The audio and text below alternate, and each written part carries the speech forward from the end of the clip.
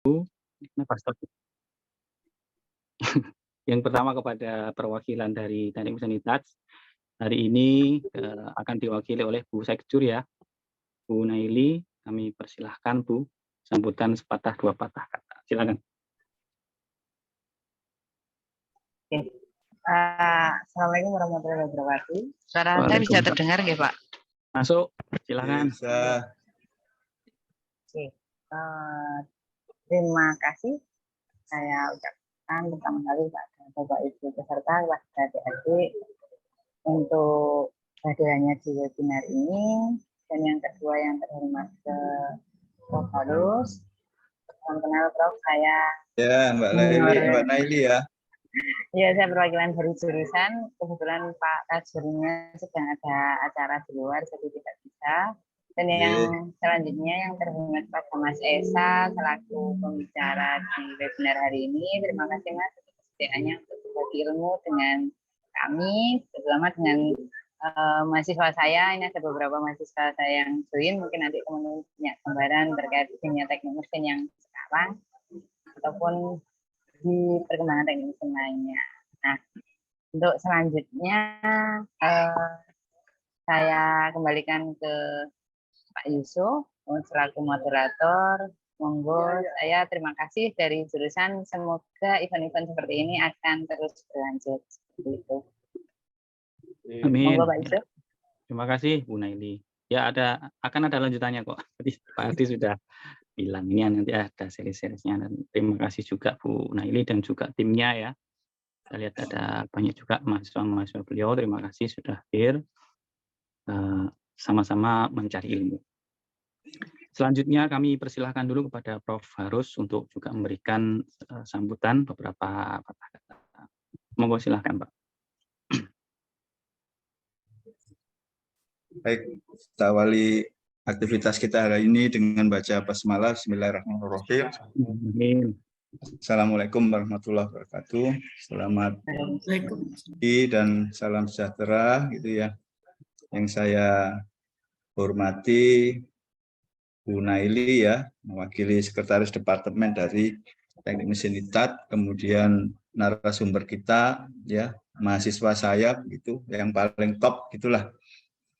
Murah senyum gitu ya, Mas Esa Abu Bakar Wahid, selamat bertemu kembali dalam forum silaturahmi virtual. Kemudian Mas Ardi ya selaku host dan Mas Yusuf Ismail ya, salam kenal juga ini karena dulu bimbingannya siapa Mas Yusuf? Pak Triyogi Pak S1 Pak. Oh alhamdulillah ya. Nanti saya sampaikan salam buat beliau. Siap. Kemudian semua mahasiswa dan ex mahasiswa ya, alumni bimbingan saya ya, ada banyak tadi saya lihat ada Aini dan lain sebagainya, kemudian peserta yang lain. Jadi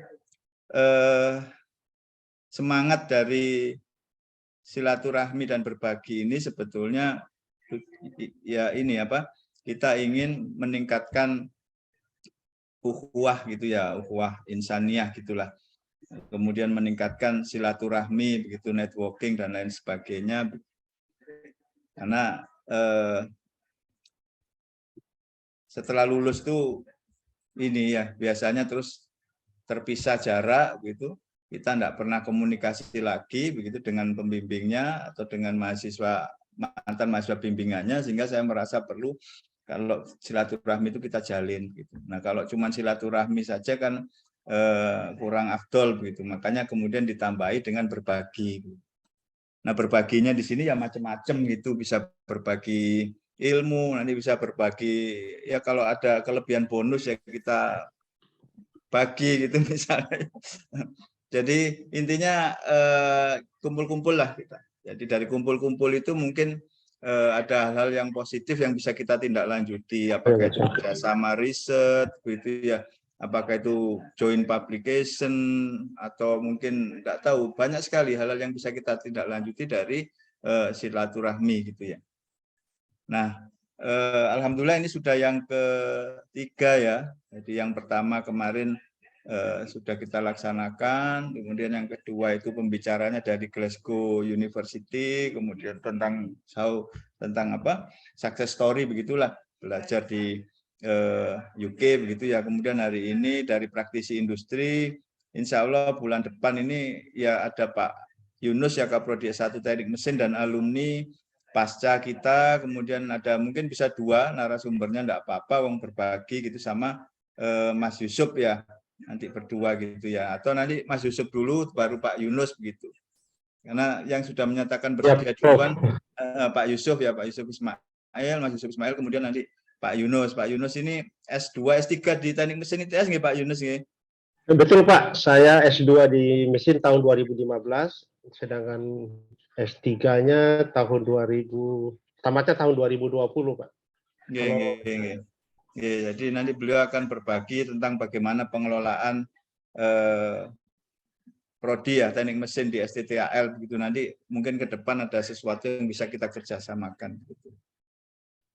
Baik, saya kira mudah-mudahan forum silaturahmi dan berbagi ini bisa terus bergulir begitu. Kemudian makin banyak yang terlibat, tidak hanya alumni bimbingan saya. Sebetulnya saya pinginnya ya semua alumni Teknik Mesin gitu.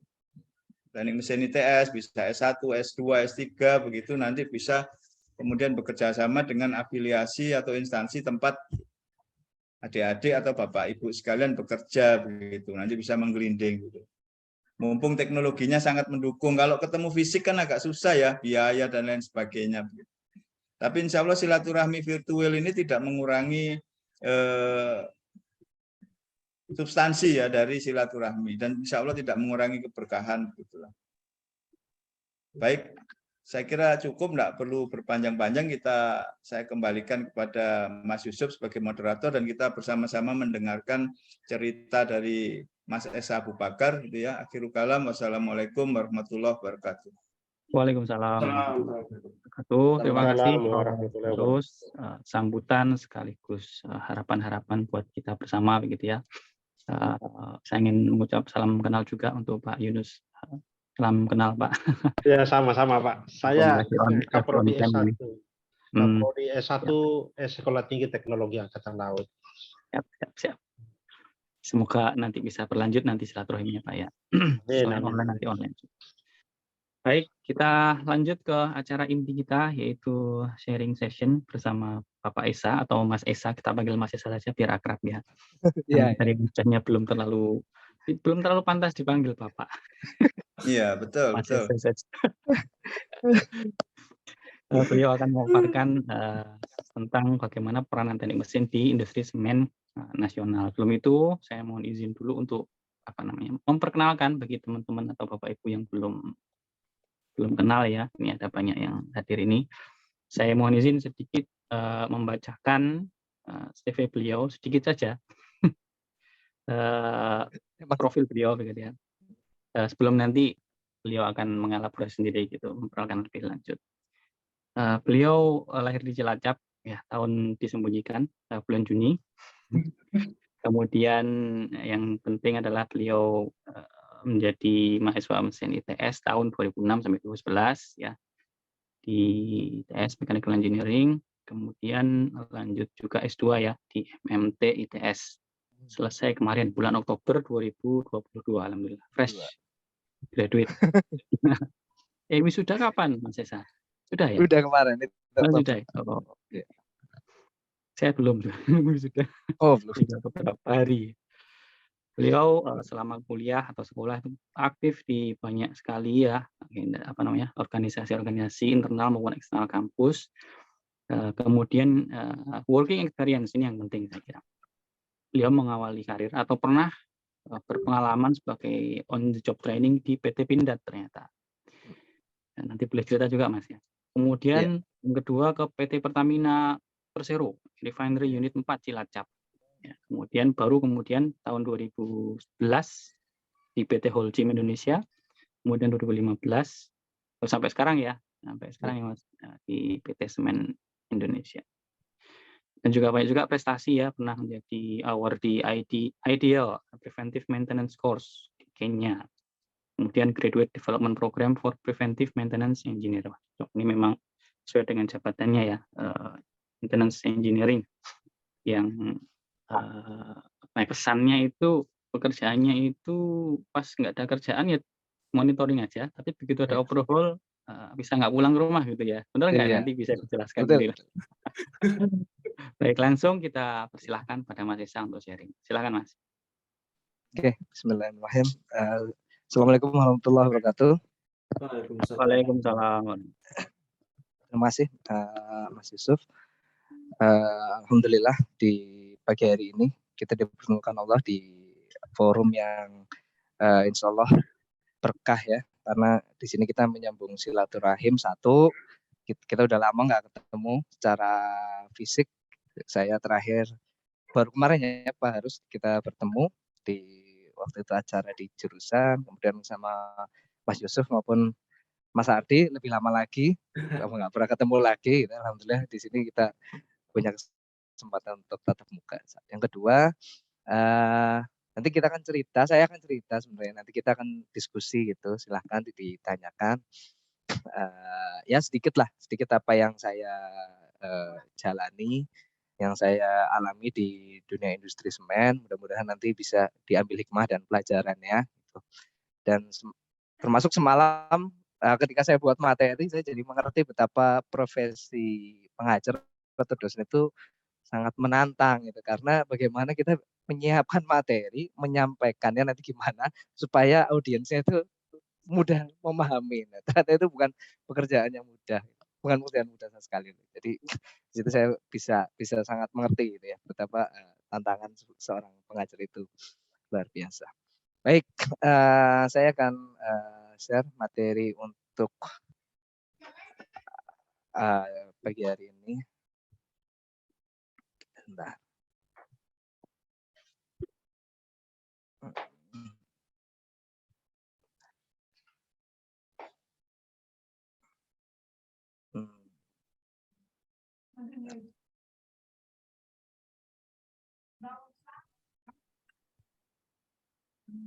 Sudah bisa dilihat?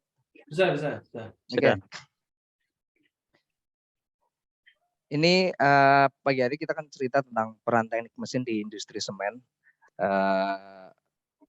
Sesuatu yang mungkin di beberapa waktu silam, 10 tahun yang lalu atau bahkan lebih lama dari itu, jarang sekali ada momen-momen seperti ini gitu kan. Jadi ini adalah salah satu momen bagaimana saya yang di industri akan bercerita tentang gimana sih hidup setelah di kampus gitu ya, setelah di kampus, peluang-peluangnya gimana, tantangannya gimana, dinamikanya bagaimana. Mudah-mudahan nanti objektifnya teman-teman yang di sini yang mungkin beberapa saya perhatikan masih ada yang kuliah gitu ya, masih kuliah, itu nanti bisa mengerti gitu sedikit banyak gitu. Oh ternyata setelah di dunia kerja seperti ini. Dan buat teman-teman lain yang mungkin sekarang berkecimpung di industri yang lain bisa sedikit ya menambah wawasan lah. Jadi industri semen seperti ini. Begitu juga nanti teman-teman yang sebagai peneliti gitu bisa tahu potensi-potensi apa yang bisa dikembangkan gitu supaya memang hubungan antara industri dan dunia penelitian itu ada link match gitu ya. Oke. Next, ini hari ini kita akan cerita intinya saya tiga hal aja. Pertama saya akan cerita profil singkat tadi, seperti yang disampaikan Pak Yusuf tadi. Kemudian nanti saya akan coba sampaikan secara general outlook industri semen itu seperti apa. Dan terakhir nanti terkait dengan peran lulusan teknik mesin di industri semen itu apa aja ininya, peran-perannya. Gitu.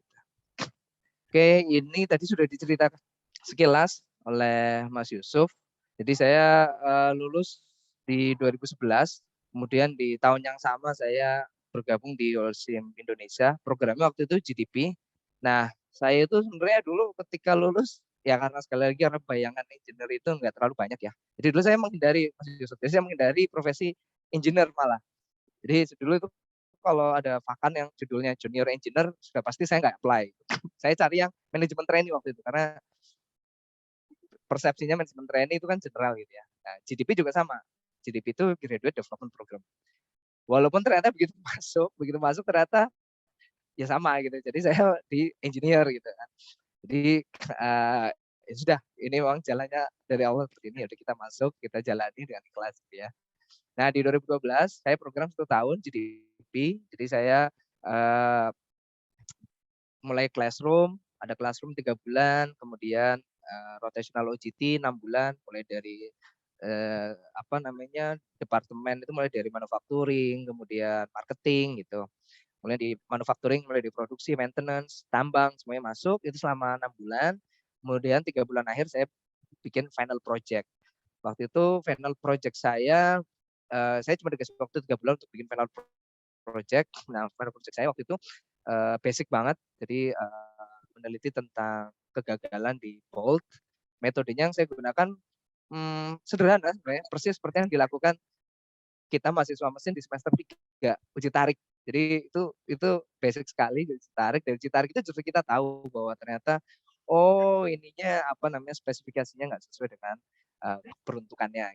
Hal-hal yang seperti itu yang akhirnya membuat saya akhirnya jadi bisa lulus. Kemudian saya lanjut 2012 bergabung di Tuban Project. Waktu itu kita perusahaan kami Holcim sedang membangun pabrik baru di Tuban.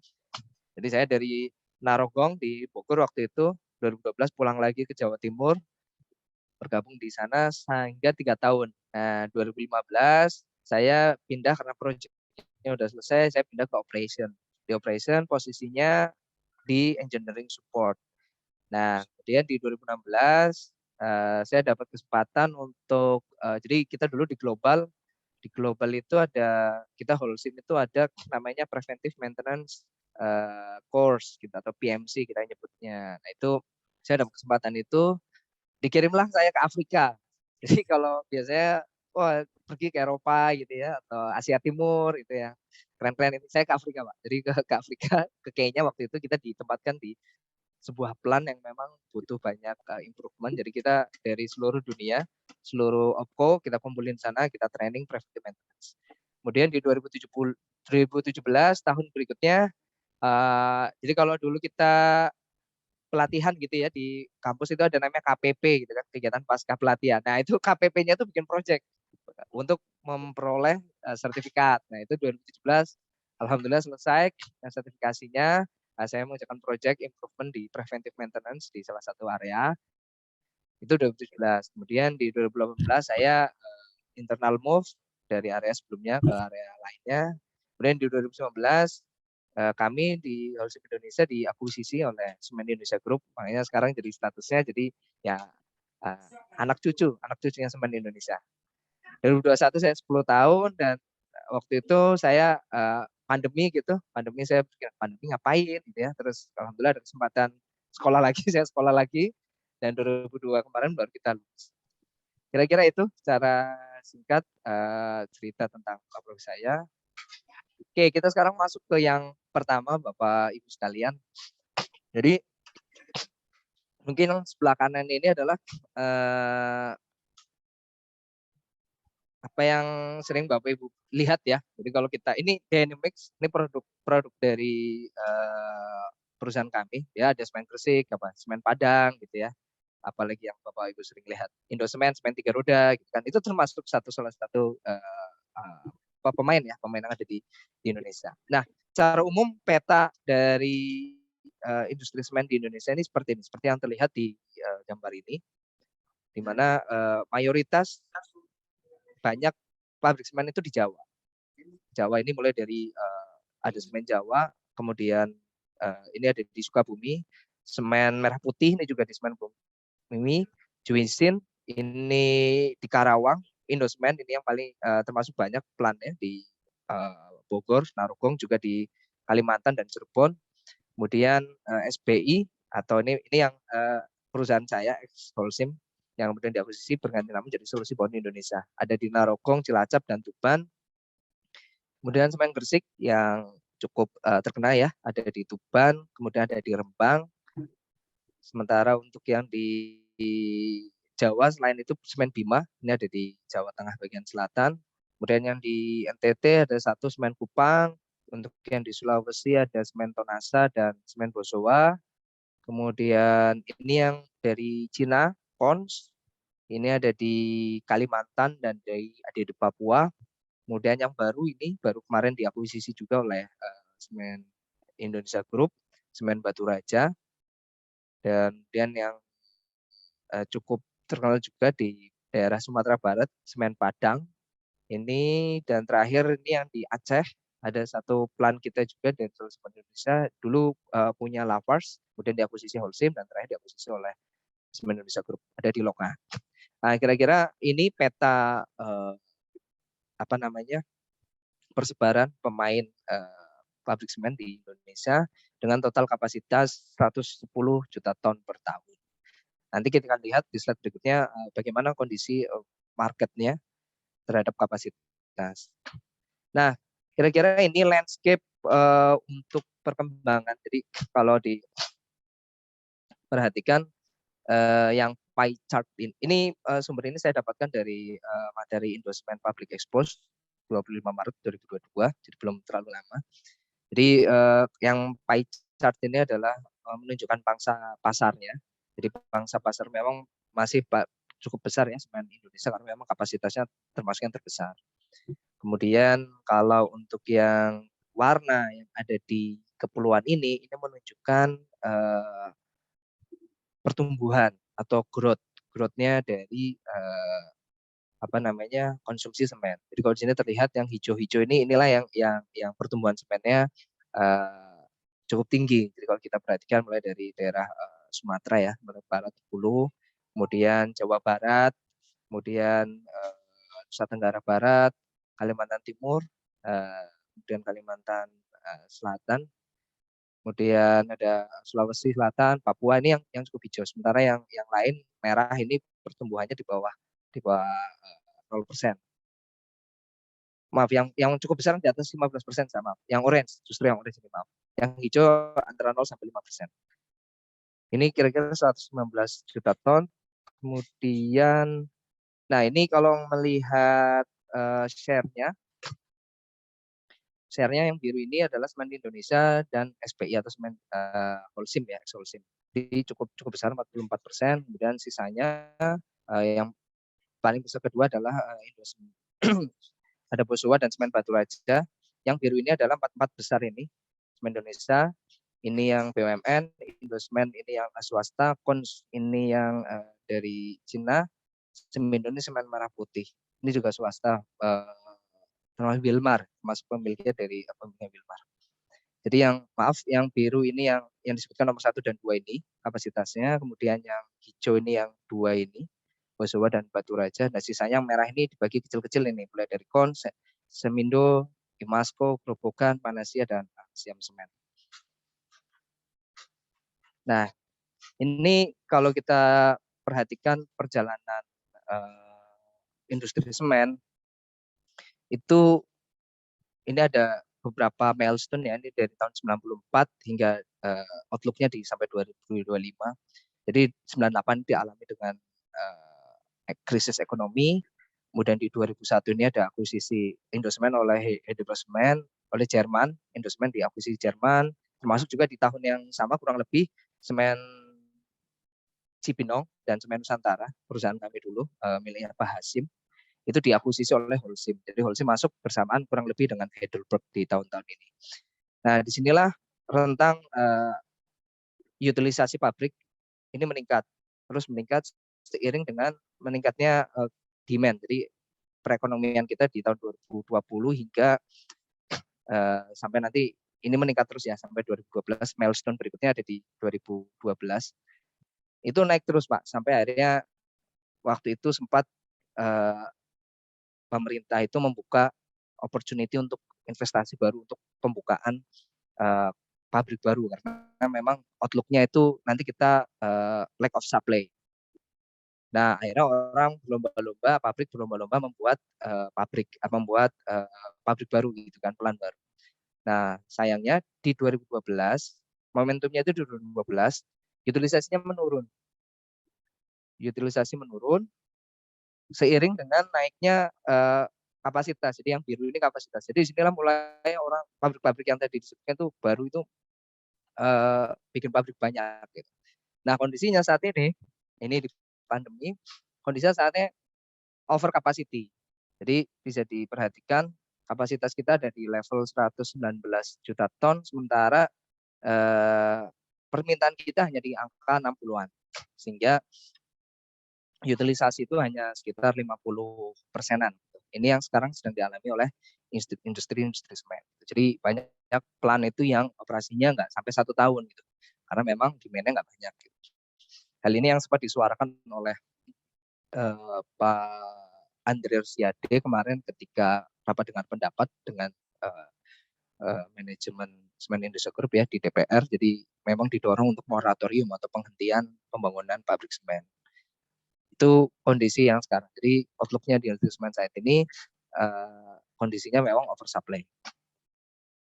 Oke, ini kira-kira persebaran dari Indonesia Semen Indonesia Group. Jadi kita punya plan Semen Indonesia Group ada di Vietnam, kemudian ada di Lokman yang SBI, kemudian ada di Sumatera Barat, Indarung, kemudian turun lagi di Jawa Barat ada Narogongplan yang punya SBI, kemudian di Jawa Tengah ada 2, ada di Rembang dan ada di Cilacap. Kemudian di Tuban ada 2, ada punyanya Semen Indonesia sendiri dan punya SBI. Kemudian ada di satu lagi di Pangkep Plan ini NTT. Dan bertambah satu lagi di Palembang di Batu Raja satu lagi. Kemudian packing plant ini untuk jadi kita pabrik semennya ada di titik ini, ada di 8 titik ini, 8 sampai 10. Kemudian didukung oleh pengepakan. Jadi biasa kita kirim dengan bentuk pulp kemudian dikemas di packing plant. Sementara grinding plant ini untuk yang penggilingan. Jadi ada satu. Jadi kalau di industri semen itu ada produk setengah jadi. Jadi produk setengah jadi yang kemudian nanti di grinding, kemudian baru dimasukin packing. Dan juga ada beberapa pelabuhan untuk keperluan ekspor. Oke, itu tadi dari outlook-nya untuk potret industri semen di Indonesia secara umum. Nah, ini kita akan masuk sedikit lebih spesifik di proses pembuatan semen. Jadi proses pembuatan semen ini cukup kompleks dari hulu sampai hilir. Ada ini kalau di gambar ini ada sekitar 10 langkah begitu kira-kira. Mulai dari tambang. Jadi kalau teman-teman lulusan teknik pertambangan itu kalau pengen cari tambang yang sekiranya di tengah kota, dekat kota lah ya, atau di Pulau Jawa, itu biasa lari ke pabrik semen. Karena di pabrik semen selalu ada peluang untuk tambang, gitu. Karena memang kita memiliki kuari. Jadi kuari ini tambang yang diambil itu batu kapur, Pak. Jadi batu kapur, tanah liat, nah itu yang diambil. Kemudian digiling supaya size-nya mengecil. Kemudian ini namanya istilah prehomogenization ya. Jadi ditimbun dulu, kemudian untuk disamakan dihomogenisasi, kemudian dilanjutkan raw mill grinding, digiling lagi gitu. Jadi setelah di sini giling mungkin sekitar 100 mm, kemudian digiling lagi. Ini ukurannya udah seperti tepung, udah mikron gitu. Kemudian habis itu di preheat. Nah, di preheat ini dipanaskan awal. Ini istilahnya kalau kita di gunung berapi ini pedus gembel. Nah, di sini pedus gembel karena awan panas. Di sini gas panas ketemu dengan materi romea. Kemudian habis itu di sini ada proses kalsinasi, prekalsinasi, reaksi kalsinasi panas. Kemudian di sini clinker production di rotary kiln. Di sinilah dibakar. Kemudian setelah itu cooling. Ini di clinker cooling, di quenching istilahnya kalau kita di kampus itu ada istilah pendinginan cepat. Ini quench, kemudian dari quench ditimbun lagi. Ini setengah jadi. Nah, material setengah jadi ini yang bisa dikirim nanti udah bisa diekspor ini. Selanjutnya nanti di step berikutnya dicampur lagi dengan gipsum supaya bisa lebih awet ya, pendinginannya nggak langsung kering. Ini di sini barulah jadi semen. Ini namanya semen grinding. Terakhir baru di pengepakan. Nah, kira-kira ini secara singkat. Nah, untuk lebih menariknya, coba saya setel film. Bentar.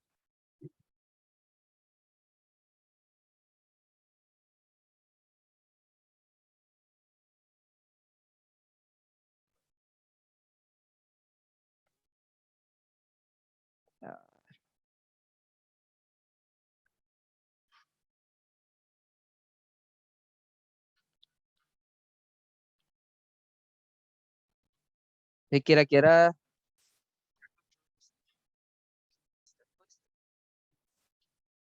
ini kira-kira gambaran pabrik semen ini. Yang pertama ekstraksi material ya di tambang.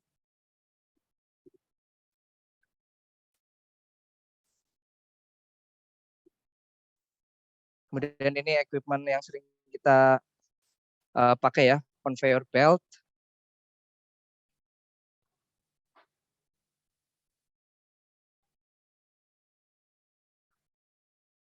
Ya dari quarry tadi, tambang tadi, ini nanti di grinding, kemudian transfer dengan conveyor belt. Kemudian di grinding, digiling gitu. Nah, ini material yang saya sebutkan udah jadi kompleks.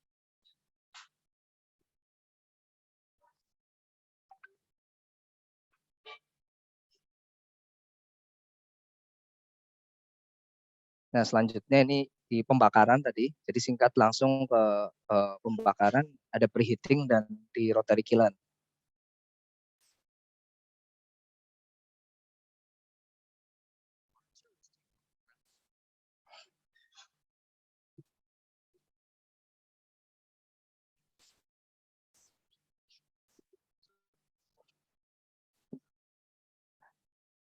Nah, di proses ini memang yang membutuhkan energi paling besar. Makanya kalau industri semen itu terkenal memang termasuk polutan penghasil CO2 yang cukup besar ya dibandingkan industri-industri lain. Makanya tadi disebutkan juga di fase inilah banyak riset, banyak pengembangan untuk penggunaan alternatif fuel. Baik menggunakan sampah ya, terutama yang sering kita gunakan alternatif fuelnya itu berupa limbah.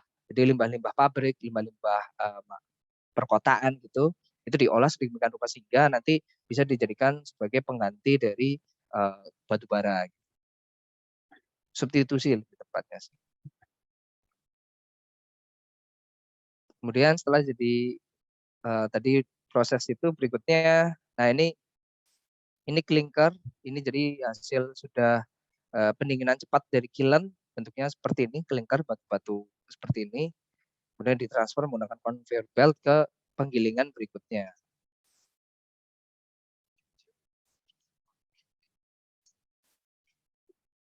Nah, salah satu untuk mengurangi di sini juga kita untuk mengurangi apa ya karbon juga, kita komposisi clinker itu ditambahkan biasa dengan fly ash atau pozolan tanpa mengurangi nilai kekuatan dari hasil ininya nanti, hasil akhirnya.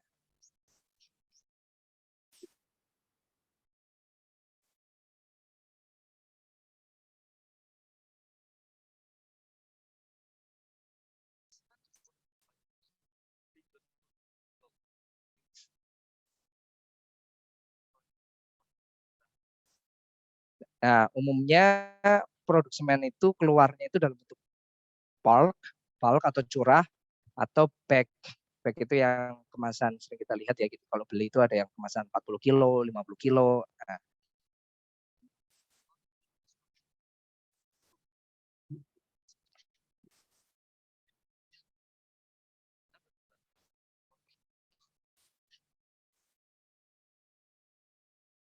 Nah, untuk transport sistemnya itu kalau di Indonesia itu banyak menggunakan truk karena kita memang masih umum ya jalur darat. Kemudian kalau di Vietnam dulu kami waktu di Vietnam itu banyak menggunakan jalur sungai, jadi masuk ke menggunakan kapal atau perahu.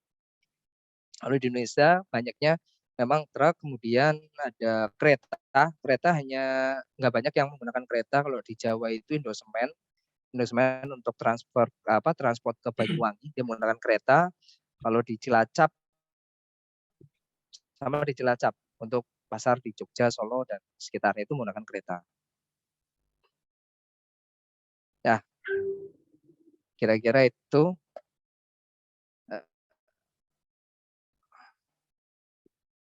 Kita kembali lagi ke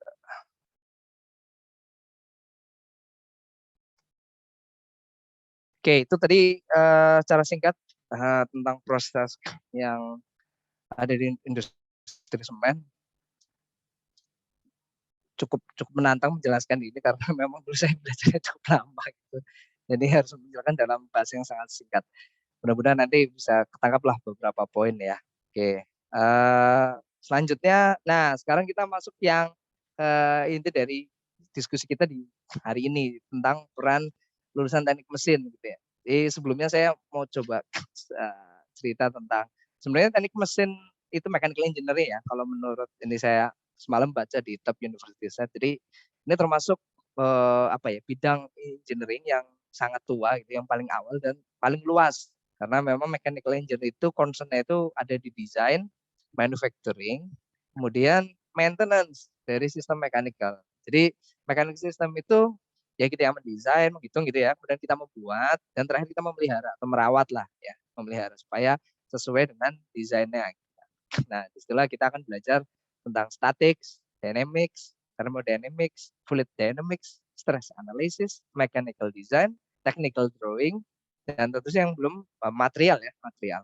Itu yang akan kita pelajari dan semua ini yang memang kita gunakan gitu dan bermanfaat gitu. Walaupun mungkin tidak exactly formula kita turunkan gitu yang paling kita pelajari di kampus, kemudian di industri kita menurunkan persamaan juga yang nggak segitunya juga, tapi basic thinkingnya kita gunakan semua. Jadi semuanya kepakai. Nah, secara umum kalau di industri semen itu ada 3 kalau boleh saya cerita ya. Pertama dia di maintenance. Jadi teman-teman teknik mesin itu paling banyak dia bekerja di maintenance. Kemudian di project itu baik ya seperti yang saya cerita tadi di awal, project pembangunan semen, project capex, capital expenditure, project overhaul gitu. Atau bahkan di produksinya sendiri. Jadi di produksi semennya sendiri itu yang teknik mesin juga bisa masuk. Jadi memang sangat cukup luas ininya. Ini gambar yang di sini ini rewelding. Ini rewelding table di grinding. Tadi kan kita cerita ada grinding ya. Jadi ada vertical mill. Nah, ini termasuk yang rutin kita kerjakan. Jadi rewelding. Jadi karena aus, akhirnya kita rewelding lagi supaya untuk menambah ketebalan atau dimensi dari roller. Oke. Ini gambar ini kiln. Jadi dalamnya kiln ini ketika kita overhaul, dalam kiln seperti ini. Jadi dalam. Oke, kita akan masuk ke yang pertama, maintenance. Jadi salah satu peran pertama ya yang yang tadi sebutkan adalah maintenance. Jadi kalau menurut definisi dari European Standard, jadi maintenance itu kombinasi jadi semua aspek teknikal, administrasi dan manajerial, aksi manajerial ya selama life cycle dari alat itu, di mana ini termasuk di dalamnya itu untuk mengganti gitu ya, kemudian memperbaiki gitu ya, yang mana tujuannya itu supaya alat itu tuh bisa bekerja atau performanya berfungsi sesuai dengan desainnya atau sesuai dengan fungsinya gitu, yang dibutuhkan. Jadi inti dari maintenance adalah bagaimana kita menjaga aset supaya dia bisa beroperasi optimal, intinya gitu. Nah, kalau strategi yang secara umum yang berkembang di industri itu ada predictive maintenance, preventive maintenance, corrective maintenance gitu. Di mana ini sebenarnya perkembangan ya dari beberapa maintenance. Dulu berkembangnya corrective maintenance. Jadi orang tuh memperbaiki ketika rusak aja. Kemudian berkembang karena kalau rusak aja biayanya lebih besar. Kayak preventif, time based. Nah, time based jadi rusak nggak rusak setahun sekali harus kita ganti gitu. Kemudian berkembang lagi, ternyata masih mahal. Akhirnya berkembang lagi predictive maintenance. Predictive maintenance condition based, berdasarkan dari kondisi.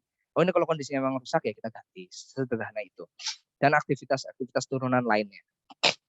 Yang terbaru itu ada prognosis ya. Prognosis maintenance kalau nggak salah. Jadi dia sudah bisa memprediksi exactly kapan dia rusak gitu barangnya. Jadi kita bisa lebih presisi lagi. Nah, secara umum kalau kita mau melihat maintenance itu bisa dilihat dari diagram ini, diagram PF diagram ya, di mana kalau yang sumbu Y ini menunjukkan kondisi asetnya. Jadi ini kondisi asetnya mulai dari dia masih bagus, kemudian dia mulai turun gitu ya, breakdown sampai akhirnya dia udah nggak bisa dipakai. Sementara kalau untuk yang sumbu X-nya ini, aksisnya ini dia menunjukkan fatality. Ini sering ya kita dulu familiar ketika ada mata kuliah teknik pemeliharaan manajemen teknik manajemen perawatan TMP. Nah, ini kalau kaitannya dengan tadi yang maintenance strategi, ini kira-kira kalau yang di awal ini precious maintenance, ini biasanya ranah ketika project, ketika kita install pertama kali ya. Jadi kita instalasi yang presisi menggunakan laser alignment, dengan ada thermal growth, pipe stress dan sebagainya. Harapannya mesin itu bisa beroperasi dengan sesuai dengan desainnya. Kemudian nanti berikutnya ketika mulai nurun nih, kita yang bermain biasanya CPM atau predictive maintenance, baik dia kayak ultrasonic spike, vibration analysis, oil analysis, dia dari sini. Kemudian kalau dia pasti udah ada di range ini, dia lah yang berjalan preventive maintenance. Biasanya kita bisa lihat ketika ada noise, udah noise udah waktunya, atau panas, heat ya, overheat, bisa dicek dengan termograf atau bisa pakai biasa kalau walk by inspection pakai tangan gitu, sense itu bisa mulai hangat atau mechanical loose, biasanya menyampaikan mechanical loose. Nah di sini secara safety juga udah mulai berbahaya di sini.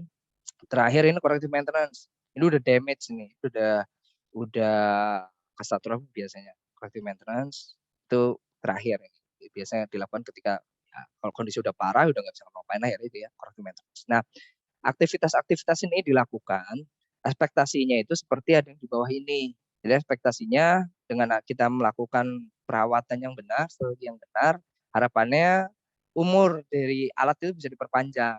Jadi diperpanjang gitu. Dengan kalau kita ngambil tindakannya tepat waktu gitu.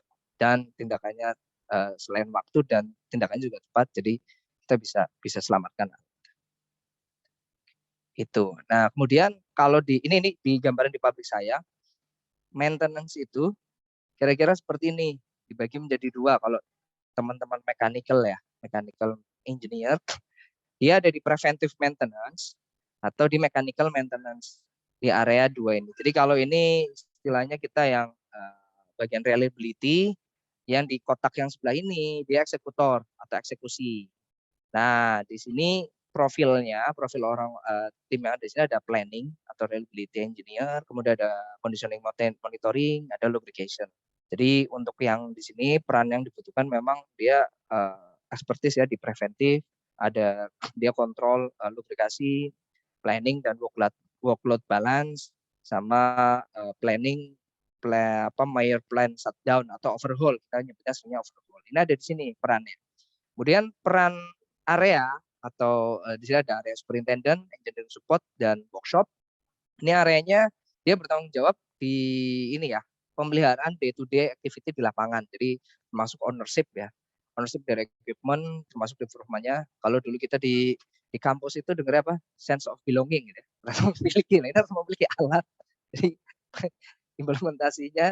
Jadi kita sama alat tuh harus paham gitu, harus ngerti behavior-nya gitu.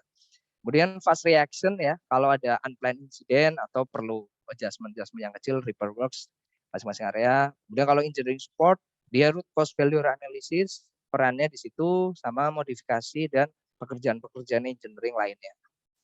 Kemudian di sini ada saya nampilin satu lagi maintenance workshop. Jadi kalau workshop itu dia kelompok atau grup orang yang dia tuh ahli di perbaikan ya. Jadi dia perbaikan, dia harus punya analisa yang kuat dan kualitas pekerjaannya sangat tinggi gitu, presisi, karena memang dia terkait dengan pekerjaan yang repair yang mayor ya.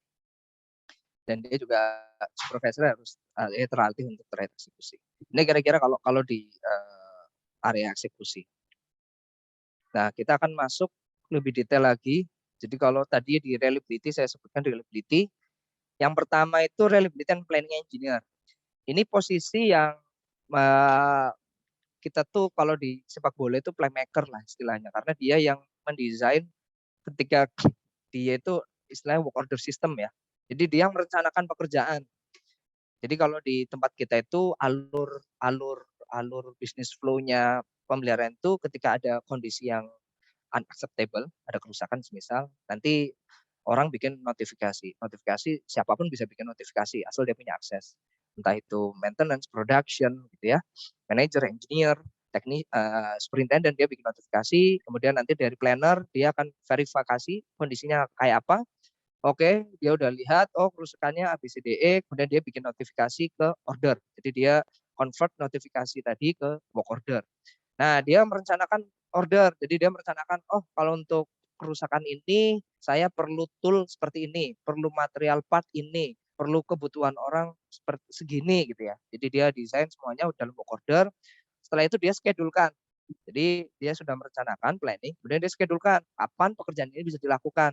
Karena kan tidak semua pekerjaan bisa dilakukan setiap saat karena ada beberapa pekerjaan yang membutuhkan misalkan mesinnya mati gitu kan.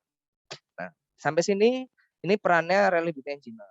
Selanjutnya nanti execute-nya ada di area gitu. Selain itu dia juga FMEA, mungkin Bapak Ibu pernah dengar failure mode effect analysis. Jadi dia melakukan analisa kegagalan ya, mode-mode kegagalan. Tujuannya apa? Tujuannya supaya dia nanti ketika ada mesin dianalisa, dibuat FMEA-nya, nanti dia output-nya bisa bikin strategi maintenance. Oh, kalau mesin ini potensi kerusakan seperti ini, apa yang harus kita lakukan? Nanti slide berikutnya nanti saya jelaskan. Kemudian ada work order system tadi yang sudah dijelaskan sama manage critical spare part. Itu kira-kira sebagian ya dari yang dilakukan oleh engineer. Kemudian CBM engineer. Nah, CBM engineer ini lebih ke arah dia monitoring. Jadi memonitor kondisi alat ya, day to day activity. Dia membuat jadwal, dia bikin work balance selama 1 tahun dari Januari sampai Desember. Dari sekian banyak equipment dia dibuatkan cukup rumit prosesnya karena dia harus breakdown apa aja yang harus diperiksa, dan biasa kita sumbernya referensinya itu dari manual book, jelas dari manual book sama experience atau history. Jadi biasanya oh ini alat ini misalnya behaviornya dia harus dicek thickness-nya lebih nggak cukup 3 bulan, cukupnya apa harus 1 bulan sekali harus dicek gitu. Nah, dia nanti akan memutakhirkan proses itu.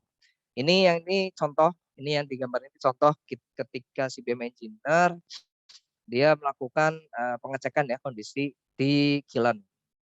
Dia menggunakan banyak tools sebenarnya karena dia yang diukur banyak mulai dari alignment, kemudian pergerakan gitu kan.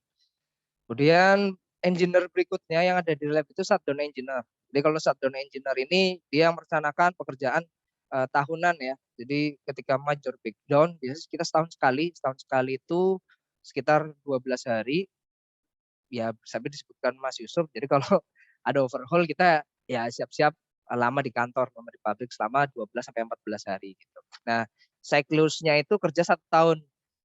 Jadi misalkan 1 tahun sebelum shutdown dia harus sudah mulai bikin perencanaannya, apa yang mau dikerjain, definisinya, goalnya, objektifnya gitu. Jadi kayak bikin makalah gitu lah. Dan itu satu pabrik kalau ada 1 plan berarti 1 kali overhaul. Nah, di tempat saya itu ada 2 pabrik dan ada 2 equipment besar. Jadi total ada 4. Jadi satu engineer itu selama setahun merencanakan 4 pekerjaan besar overhaul. Ini 1 orang, tapi dibantu sama reliability engineer dan engineer support. Kemudian selain itu ada lagi bidang mekanik ya, mekanik mesin yang di lab itu tuh hydraulic lubrication engineer. Jadi dia yang mengatur tentang ide handle storage dari oil itu ya, kemudian troubleshooting di lapangan, kemudian aplikasi penggantian pengecekan oli gitu ya, manage orang dan analisa oli. KPI-nya, dia biasanya KPI-nya itu adalah atau key performance indicator-nya adalah dia efektif oil consumption dibagi install oil capacity. Jadi dia biasanya kita dikasih targetnya itu seperti itu. Jadi dari total kapasitas oli yang dibutuhkan dalam pabrik, nah itu yang dikonsumsi berapa itu ada persentasenya, ada rule of thumb-nya. Itu kalau di reliability. Kemudian yang di mechanical yang tadi kita sebutkan sebagai eksekutor. Nah, ini mechanical area superintendent. Jadi dia bisa memimpin tim, ada 4 tim organik dan kontraktor. Dia fungsinya seperti ini salah satunya. Jadi ketika ada trouble, ya mereka yang maju duluan gitu. Dia maju duluan melakukan troubleshooting, perbaikan di lapangan dengan dibantu planner atau reliability and planning engineer tadi. Jadi ketika butuh spare part, butuh tambahan manpower, menghubunginya ke reliability planning engineer. Jadi area cukup fokus di eksekusi. Kemudian ini untuk yang workshop, dia memanage workshop termasuk perbaikan-perbaikan yang ada di dalamnya, fabrikasi, kemudian repair, modifikasi, eksekusinya ada di sini. Kemudian berikutnya engineering support atau kami sendiri, itu yang pertama yang sering terjadi adalah failure analysis atau root cause analysis. Failure analysis biasa di dalam termasuk di dalam root cause analysis. Jadi kita melakukan setiap ada stop yang ya katakanlah stop seperti ini gitu ya, ada yang unplanned stop menyebabkan public stop selama sekian jam. Nah, itu dibuatkan root cause analysis. Root cause analysis sama mirip-mirip lah seperti kita meneliti lah penelitian gitu. Cuma lebih mirip kayak apa ya, detektif lah, investigasi karena sifatnya investigasi. Kemudian selain itu juga kita ada program modifikasi gitu ya, analisis stress analisis. Kita sederhana aja sih sebenarnya analisis stresnya menggunakan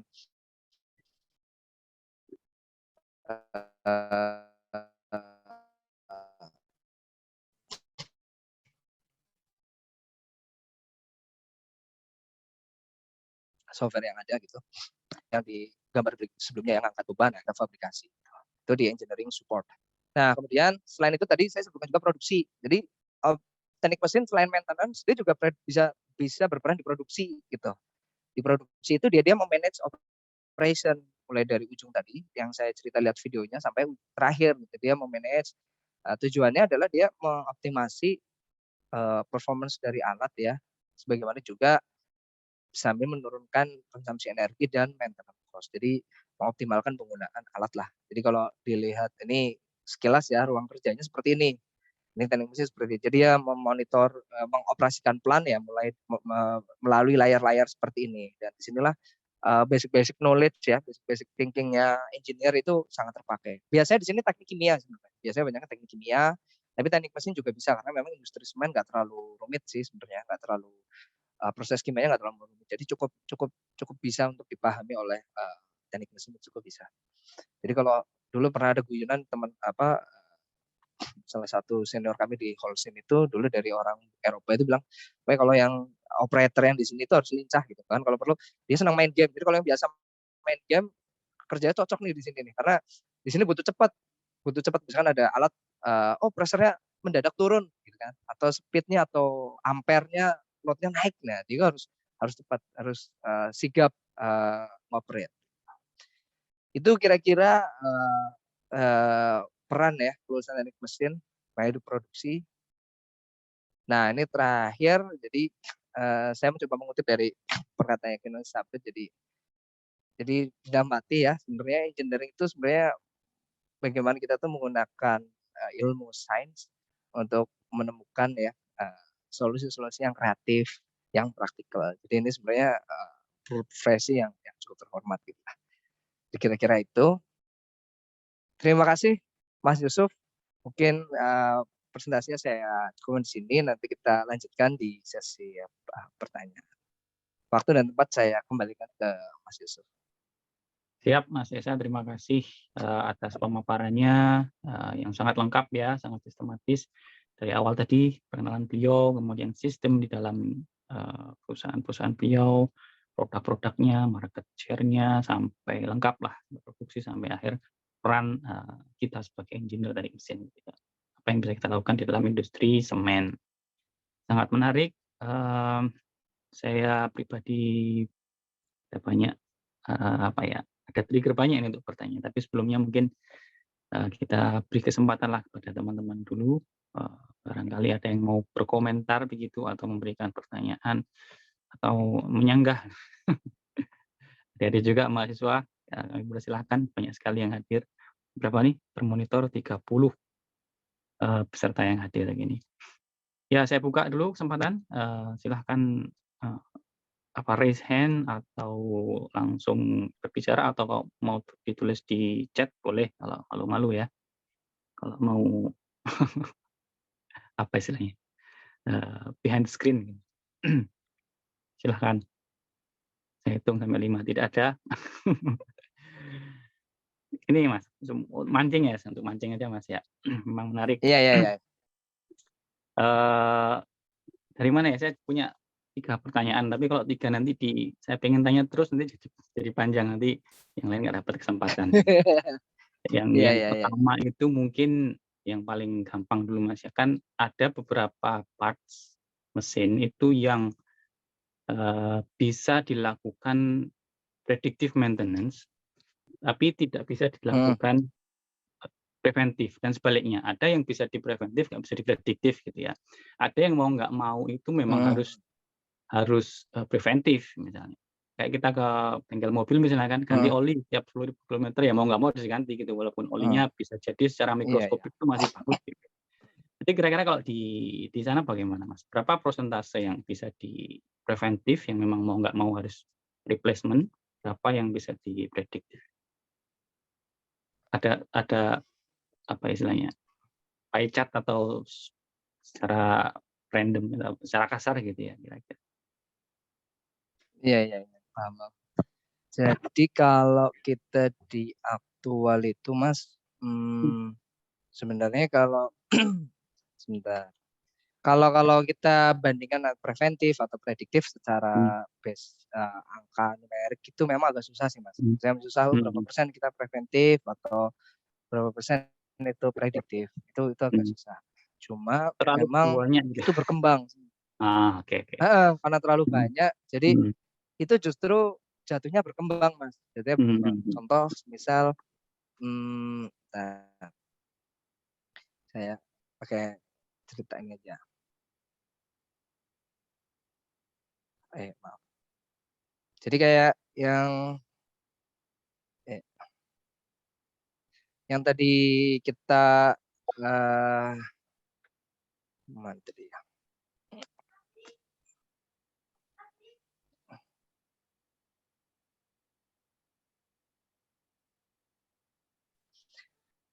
Jadi kayak yang tadi kita share ya di ini biar kamu aja sih.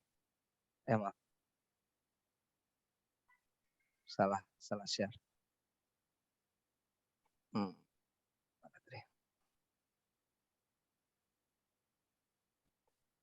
Ini yang nongol apa ya Mas? Yang belum, ini ya? Masih proses. Belum ya? Lanjut. Masih. Belum.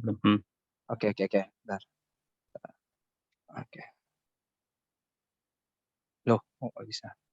Oke, jadi contoh tadi yang saya gambarkan kan di foto itu ada roller ya. Kita ganti roller. Itu tadinya itu kita prediktif Mas. Jadi kita ukur itu kausannya, gitu kan? Kita ukur kausannya. Nah, ternyata seiring berjalannya waktu, kita tuh baru tahu ternyata kausannya itu abnormal Mas. Jadi kausannya abnormal, nggak sesuai pattern. Jadi mau nggak mau ini harus diganti gitu. Nah, di prediktif itu kita nggak waktu itu. Jadi di prediktif itu misalnya prediktif itu harusnya rule-nya tuh kalau 5 mili ininya apa namanya ausnya 50 mili gitu ya, baru kita ganti. Ternyata ini nggak nyampe 50 mili, tapi nggak merata. Nah, akhirnya karena nggak merata itu, kita mau nggak mau harus ambil action kan. Jadi yang tadinya prediktif, kita dimonitor aja. Akhirnya nggak cukup monitor, akhirnya udah ini nggak mau harus kita ganti gitu. Ada juga yang preventif, contoh tadi kayak oli. Yang sering kita di challenge itu memang penggunaan oli Mas, karena memang penggunaan lubrikan atau oli itu cukup besar ya biayanya. Besar. Itu akhirnya kita berkembang. Jadi yang tadinya preventif misalkan berapa ya 1.000 jam gitu, misalnya ada yang kita biasa ada yang 1.000 jam, 5.000 jam gitu kan. Ketika kita challenge gitu, coba kita lihat dong ininya oil analysis yang tadi disebutkan topiknya ya. Oh masih bagus. Nah itu biasanya kita berkembang, kita kita majuin, mundurin 1.100 misal gitu. Masih bagus 1.200. Nah nanti ketika best practice-nya ketemu nih, nah itulah yang nanti ini apa namanya dijadikan standar baru gitu. Oh besok kita gantinya di meter sekian, di kilometer di waktu sekian. Kira gitu Mas. Jadi improvement project untuk next year. Betul, jatuhnya siap. Jatuhnya jadi improvement. Ya. Saya tanya kayak gitu karena ini juga saya nostalgia juga Mas, nostalgia. Tahun 2013 itu sebelum saya jadi dosen itu kan saya sempat kerja di Bosch. Saya ditempatkan di hidrolik part, di hidrolik section. Ya, saya sering ke Semen itu. Semen Gresik waktu itu dan masih 11-11 sama whole team ya. Saya sering ke Semen itu masuk ke di situ ke crusher-nya, ke semen 6 kalau nggak salah, nah nanti manifold hidrolik itu kan kok continue gitu ya, dari sisi perusahaan OEM-nya kan senang ya, order terus tiap Oh iya, tiap senang tahun itu sekali ada itu. berapa kali gitu. Cuman ada kepikiran juga, ini nanti sebetulnya kalau semennya ini ada satu metode baru, sebenarnya nggak perlu sesering ini gitu ya. Misalnya ya kalau kita melihat efisiensi biaya untuk di perusahaannya itu sendiri. Cuman ya perusahaan asing ya senang-senang aja mereka mau ini rahasia sih sebenarnya Mas, tapi ya itulah. Iya. Iya Mas, betul Mas. Betul. Iya, iya. Ya. Oke. Oh, dulu pernah di Fuchs ya Mas ya? Iya, ya. Mungkin tapi belum ketemu waktu itu masih semen Gresik ya. Sama Holcim masih bisa kan sebelah-sebelahan itu Masih ya. bisa. Bisa. Ya. Baik, sudah ada ini pertanyaan lagi di apa nih? Di chat ya, ada beberapa Mas Esa. Saya bacakan atau mau dipilih dulu? Atau saya bacakan dulu ya. Yang pertama Silakan lanjut. dari Bunilo Putu, bagaimana tentang reducing energy kayaknya, reducing energy consumption di produksi. Apakah ada benchmark per tahun yang ditargetkan? Yang pertama. Yang kedua dari Pak Suwarno ya. Seperti disebutkan tadi, kalau industri semen banyak mengeluarkan CO2, baik dari batu bara atau bahan bakunya CA, CO3, kira-kira apakah ada bahan alternatif atau proses alternatif, Mbak? Terima kasih banyak. Yang terakhir dari Pak Ian Hadianto, pada proses pengemasan semen ada kapasitas 40 dan 50 K. Mekanisme pengaturan pengisiannya seperti apa? Mohon dicerahkan. Terima kasih. Monggo Mas, silakan dipilih dulu yang mana yang mau dijawab. Oke. Ya. Yang baik kita pertama ya. Oke, sebentar. Ini menarik sih, sebentar. Pertama terkait dengan energy consumption. Jadi apakah ada benchmarknya gitu ya, per tahun ditargetkan berapa gitu. Jadi kita itu itu betul Bu. Jadi ada spesifik, kita nyebutnya ada spesifik thermal energy consumption atau spesifik electrical energy consumption. Jadi dua hal itu STEC dan SEEC gitu ya. Kalau thermal itu terkait dengan penggunaan bahan bakar, kalau electric consumption terkait dengan penggunaan listrik. Itu memang termasuk jadi KPI kita. Jadi kalau kita di plan itu di cara menghitungnya ya kalau thermal itu kan berapa sih konsumsi coal kita, kemudian dibagi dengan produk yang kita hasilkan. Itu kan ketemu nih setiap ton klinker atau ton semen dia memerlukan energi berapa. Dan untuk elektrik itu juga sama. Berapa sih persentasenya? Memang ada benchmarknya gitu. Cuma mohon maaf ya, karena perusahaan saya nggak bisa tampilkan. Tapi memang itu ada Bu. Jadi setiap tahun itu ada outlook-nya gitu. Nah, kemudian terkait dengan seutu. Nah, di seutu itu tadi pertanyaan berikutnya. Ini pas aja. Tadi saya juga lagi mencari. Nah, ini yang kita global ya, kita ambil global karena memang semuanya sebenarnya pabrik semen itu kita mengacu kepada global. Jadi kita bersamaan gitu. Jadi ya termasuk di Holcim ya saya menyebut masih Holcim karena memang kebijakan Holcim itu terkait dengan Sustainable Development Goal itu masih berlanjut sampai sekarang, sampai diakuisisi oleh Semen Indonesia Group. Bahkan beberapa programnya di absorb di Semen Indonesia Group itu juga mengadopsi gitu target-target atau cara-cara, metode-metode yang dilakukan oleh Semen Holcim dulu ya.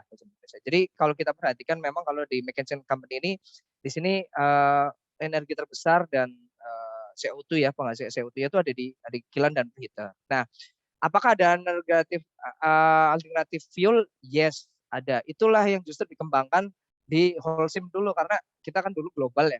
Biasanya global itu kalau perusahaan multinasional itu lebih advance ya, mikirnya lebih jauh. Jadi awal 2000 kita udah mengembangkan namanya geocycle.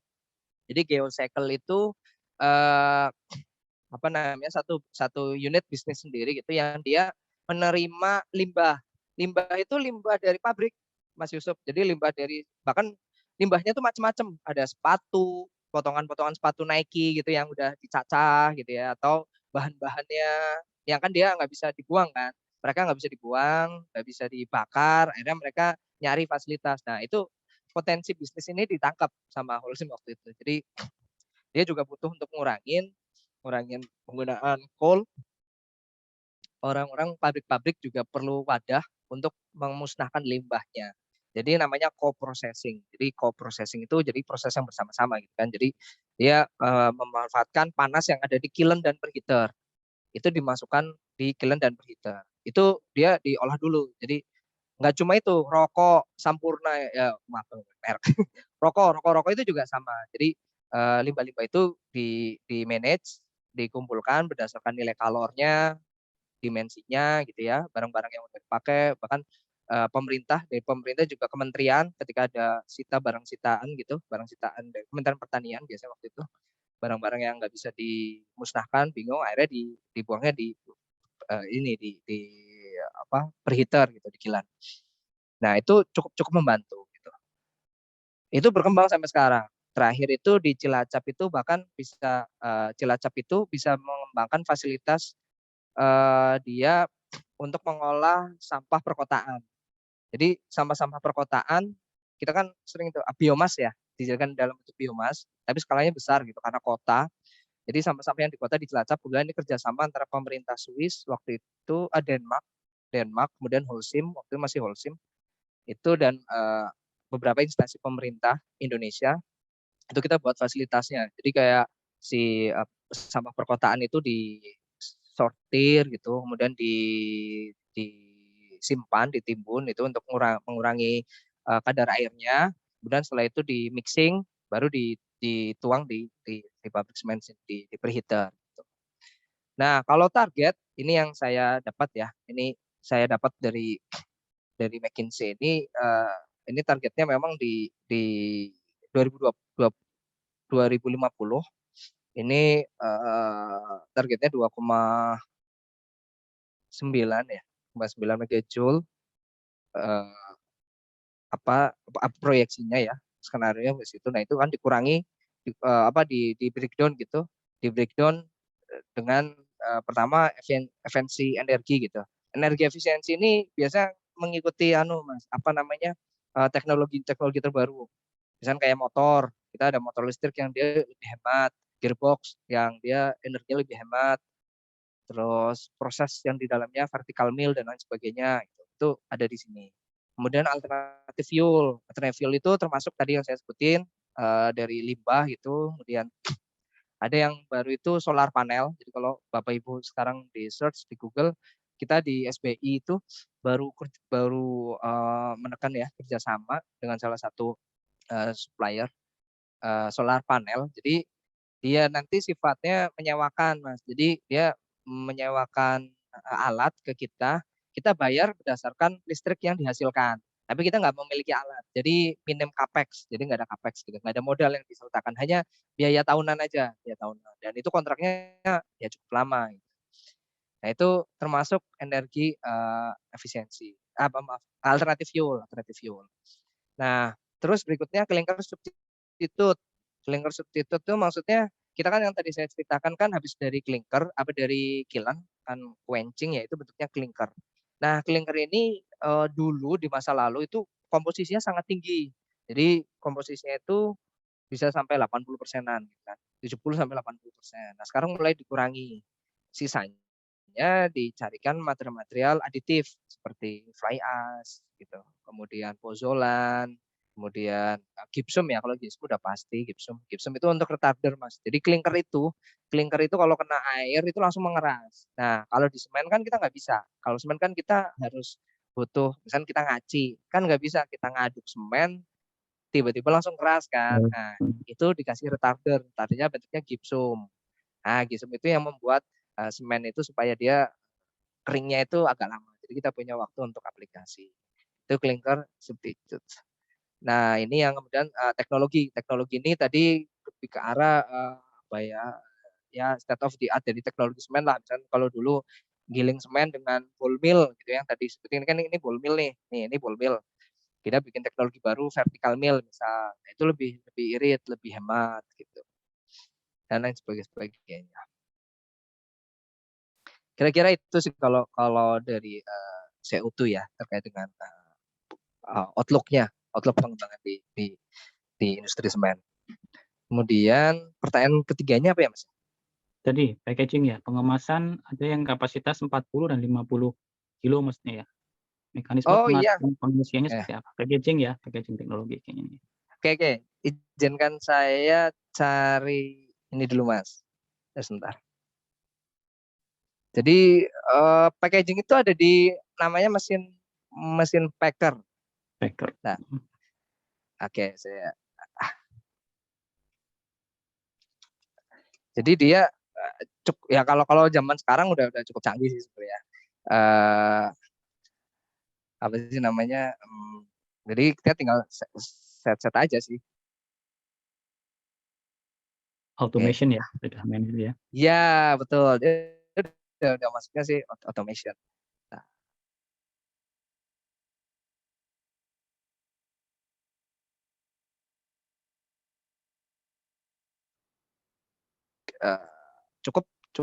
Cukup kita melihat ini saja. Apa set? Bentar.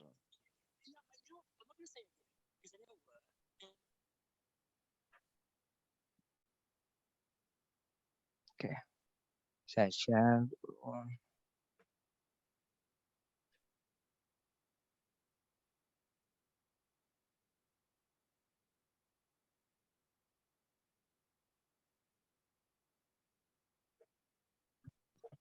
Nah, ini bisa dilihat di sini. Ini namanya mesin sput. Ini full otomasi, Mas. Jadi kalau di sini malah otomasi. Ini yang berperan otomasi. Jadi yang di atas ini bin, ini semennya dari atas, kemudian dia berputar gitu. Berputar, ini modul, di sini modulnya, electrical part-nya. Kemudian di sini ada sput ya untuk mengeluarkan semennya. Nah, nanti 50-40 itu tinggal kontrol di panelnya. Kontrol panel kita setting ininya, kemudian backnya kita pisah, jadi kita ganti kayak magazine. Nah, kalau kita di Mang disebut istilahnya magazine ya, kayak senapan gitu kan, magazine. Nah, ini masing-masing ada yang 8, ada rotopacker ada 12, ada yang 16. Itu hitungannya kalau tempat saya dulu itu 3.600 bag per hour, jadi satu detik ya, 1 detik 1 bag gitu. Nah, ini ada load cell-nya. Ada load cell-nya di sini. Ada load cell-nya, jadi dia nanti ngisi, begitu load cell-nya udah tercapai, dia akan buang, otomatis buang. Jadi dia bisa swing out. Coba kita cari ya, ketika udah proses ya. Ini biasanya kerjaan orang mekanik merusak sensor, Mas. Sensor kan barangnya kecil-kecil. Kita tuh mau pekerjaan tarik keluar, begitu mau tes run atau commissioning, Pak nggak bisa gitu. Ternyata sensornya rusak, keinjek lah atau apa gitu. Balik lagi gitu. Nah, ini bagian-bagian dalamnya sih ya. Nah, ada ininya sih harusnya. Simulasi pengepakannya ya. Automation ini sebenarnya Pak Ardi nih pakarnya nih, pernah kerja di automation. Iya. Nah, saya flow ini. Sampai ke mesin lah. Biasa gitu sih. Ini. Elektronik rotopacker. Ini aja lah ya. Ini contoh aja. Ini masih manual kalau ini. Masih ada orangnya ya. Ini masih manual kalau manual. Kalau yang di tempat saya udah pakai back machine, jadi udah langsung masuk aja.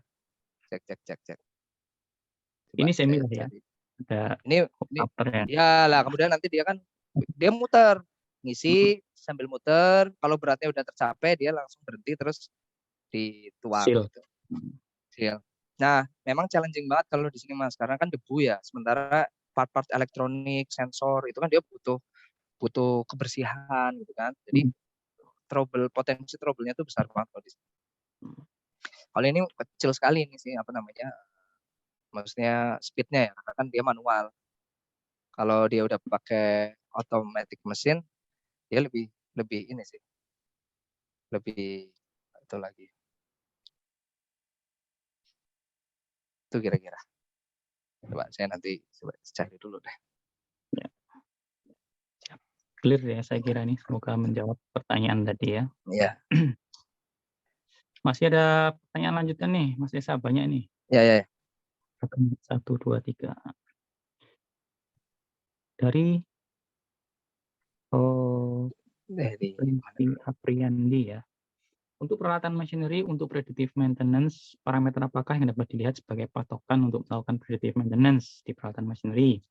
Dan apakah prediktif dapat dilakukan berdasarkan basic data behavior peralatan seperti vibrasi ya. Tadi ya.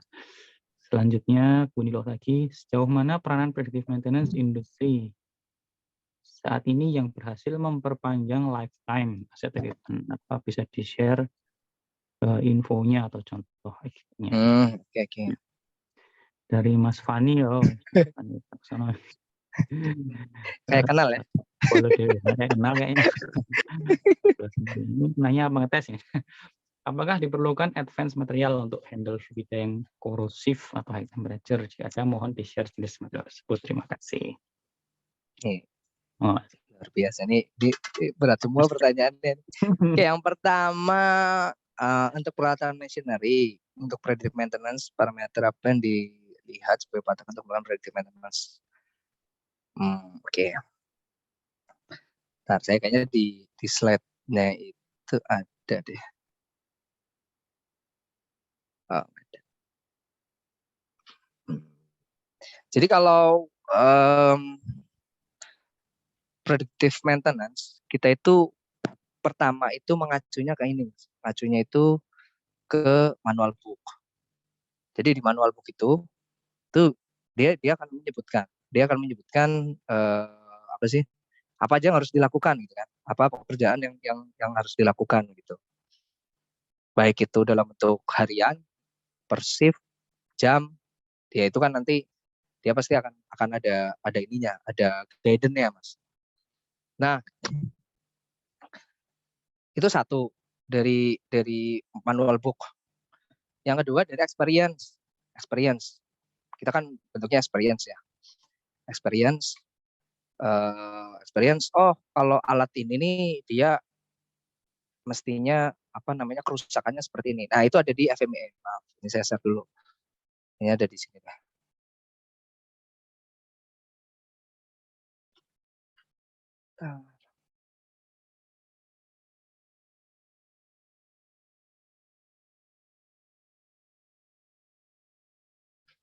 Nah, itu tuh termasuk bagian dari pekerjaan FMEA. Jadi FMEA ini pekerjaan di awal.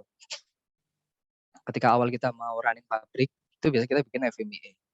Di FMEA itu kita nanti bikin risk analysis. Jadi setiap proses area kerja gitu, kita bikin risk matriknya gitu kan. Probability-nya berapa, severity-nya berapa gitu kan. Nanti kan kita ketemu nih angka risk matriknya gitu kan. Nah, habis itu kita lakukanlah FMEA. FMEA itu dilakukan kepada semua critical equipment atau A. Jadi sebelumnya ada bagian pekerjaan lain yang kita membentuk critical equipment. Critical equipment itu kita mengkategorisasi alat berdasarkan potensi interupsi ke proses gitu. Misalkan kiln ini kalau stop sejam aja seluruh proses pabrik stop. Nah, itu makanya dia masuk critical A. Nah, critical A ini dikumpulin semuanya mesinnya. Kemudian kita lakukan ini scoring gitu kan. Kita scoring, bikin skor. Nah, dari scoring kan nanti ketahuan nih, risikonya tinggi banget ini. Nah, output dari FMEA itu adalah pertama preventive maintenance routine atau PMR. Di mana PMR ini kan kita tadi ngomongnya preventive maintenance itu adalah pemeliharaan alat yang berdasarkan waktu gitu kan, time based. Nah, ini maksudnya ini adalah aktivitas rutin yang dilakukan secara berkala. Di mana di dalamnya itu bisa aja ada aktivitas prediktif. Semisal di dalamnya ngecek ketebalan, thickness, ngecek temperatur, kemudian ngecek vibrasi. Nah, itu termasuk dalam rangkaian satu aktivitas PMR atau rutin. Jadi kayak pekerjaan prediktif yang dirutinkan gitu, istilahnya gitu. Nah, ini fungsinya adalah untuk mengurangi potensi kegagalan. Seumpama nih ternyata setelah kita lakukan PMR kita menilai lagi kan, mengakses. Kayak potensi gagalnya tetap ada deh. Tetap apa sih namanya? Tetap ada potensinya gitu. Nah, kita bikin critical spare part. Ini kebalik nih, harusnya critical spare part. Jadi PMR, kita critical spare part. Yaudah, kita udah PMR, udah melakukan upaya PMR, tapi kita belum mengurangi risiko atau severity. Udah, kita sediain critical spare part. Kenapa kok spare part itu disebut critical? Karena spare part ini adalah yang cukup penting ya, mau nggak mau harus ada ketika ada kerusakan. Nah, kita punya batasan di spare part, karena kalau kita semakin banyak menimbun spare part, berarti kan inventory kita naik.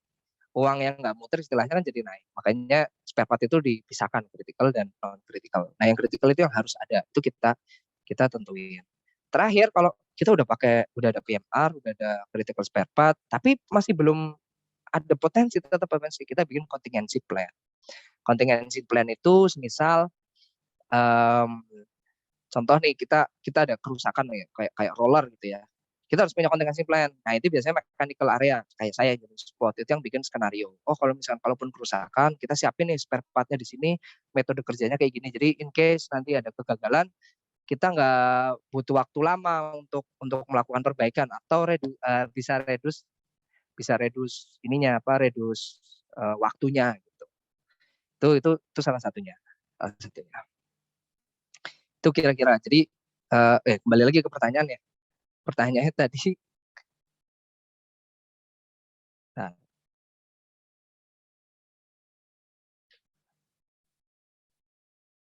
apakah ya bisa data behavior, peralatan, vibrasi, ya tentu aja bisa.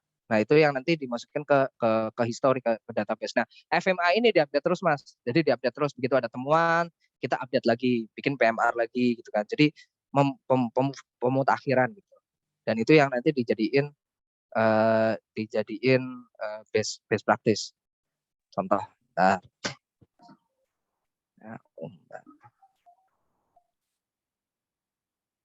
ini contoh aja.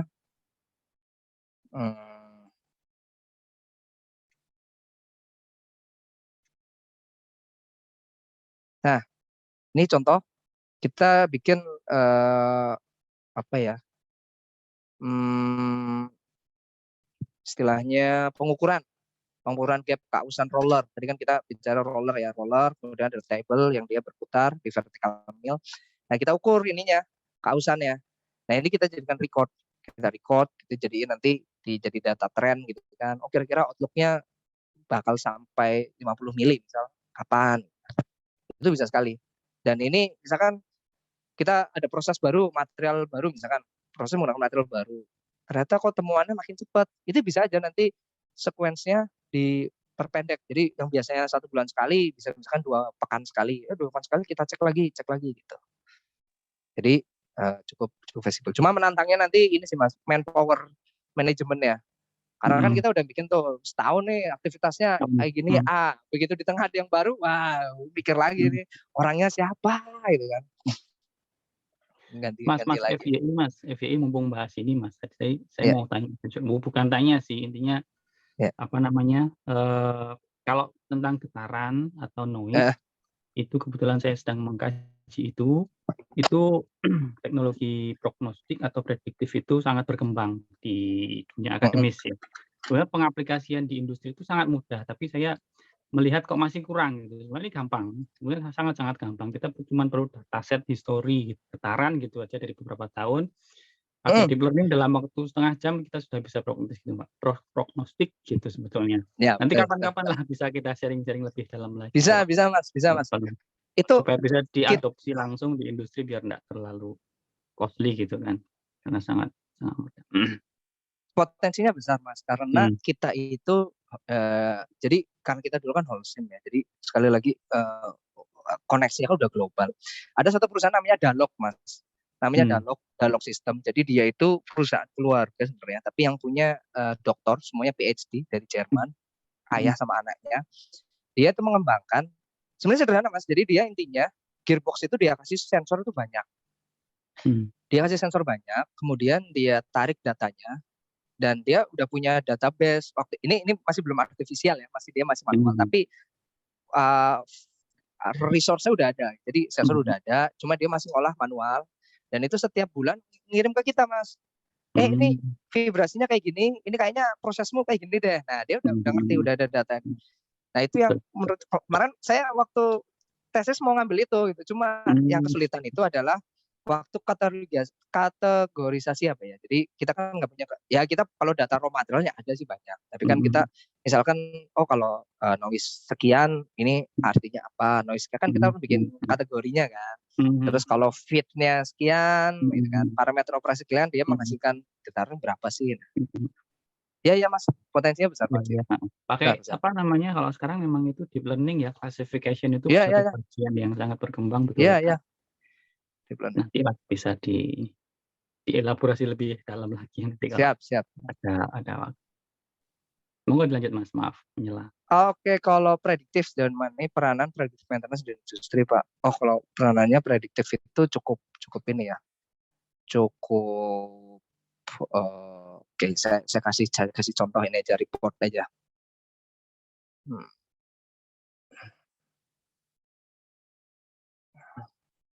Jadi kalau prediktif itu memang dia ya memang kalau yang mahal sih memang mahal ya. Memang mahal, tapi ya itu yang di ini. Contoh kita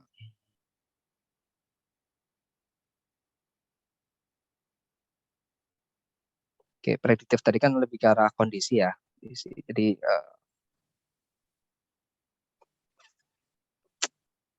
ini contoh kita dari itu dari Polisius ya, dari ininya di tahun 2019. Jadi dia melakukan reporting, dia mengukur macam-macam banyak hal yang dia ukur gitu. Jadi satu segmen besar ini dia ambil beberapa data. Kemudian nanti dia akan ngasih summary kan. Nggak ada isu abnormal gitu kan. Ada beberapa profile yang misalnya ada tire yang tajam gitu kan profilnya, terus surface ada yang mulai rusak, ada kebocoran oli gitu kan. Terus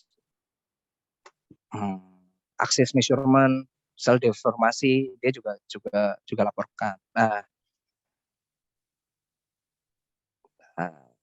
kira-kira mana yang menarik ya? Ini visual aja, kirim visual, masih visual. Ini juga dia masih visual, ya, dia nyebutin ada ini ada yang halus nih, apa sih namanya, kena grinding gitu kan. Sementara yang ini masih kasar nih, jadi kan kayak tapak tekannya nggak sama, istilahnya kayak gitulah. Nah, terus ada ini ada stepping, jadi kayak ausnya nggak rata, yang ini aus yang bawah nggak kena nih, stepping. Terus wear-nya juga nggak rata gitu. Dia nyebutin ini. Nah, terus dia juga ngasih solusi lah, ini kira-kira ini kayak gini nih posisinya harus waktu setting gitu. Nah, ini semua rangkaian dari aktivitas predictive maintenance. Jadi dia mengecek kondisi ininya ya, kondisi alat ya. Bentar.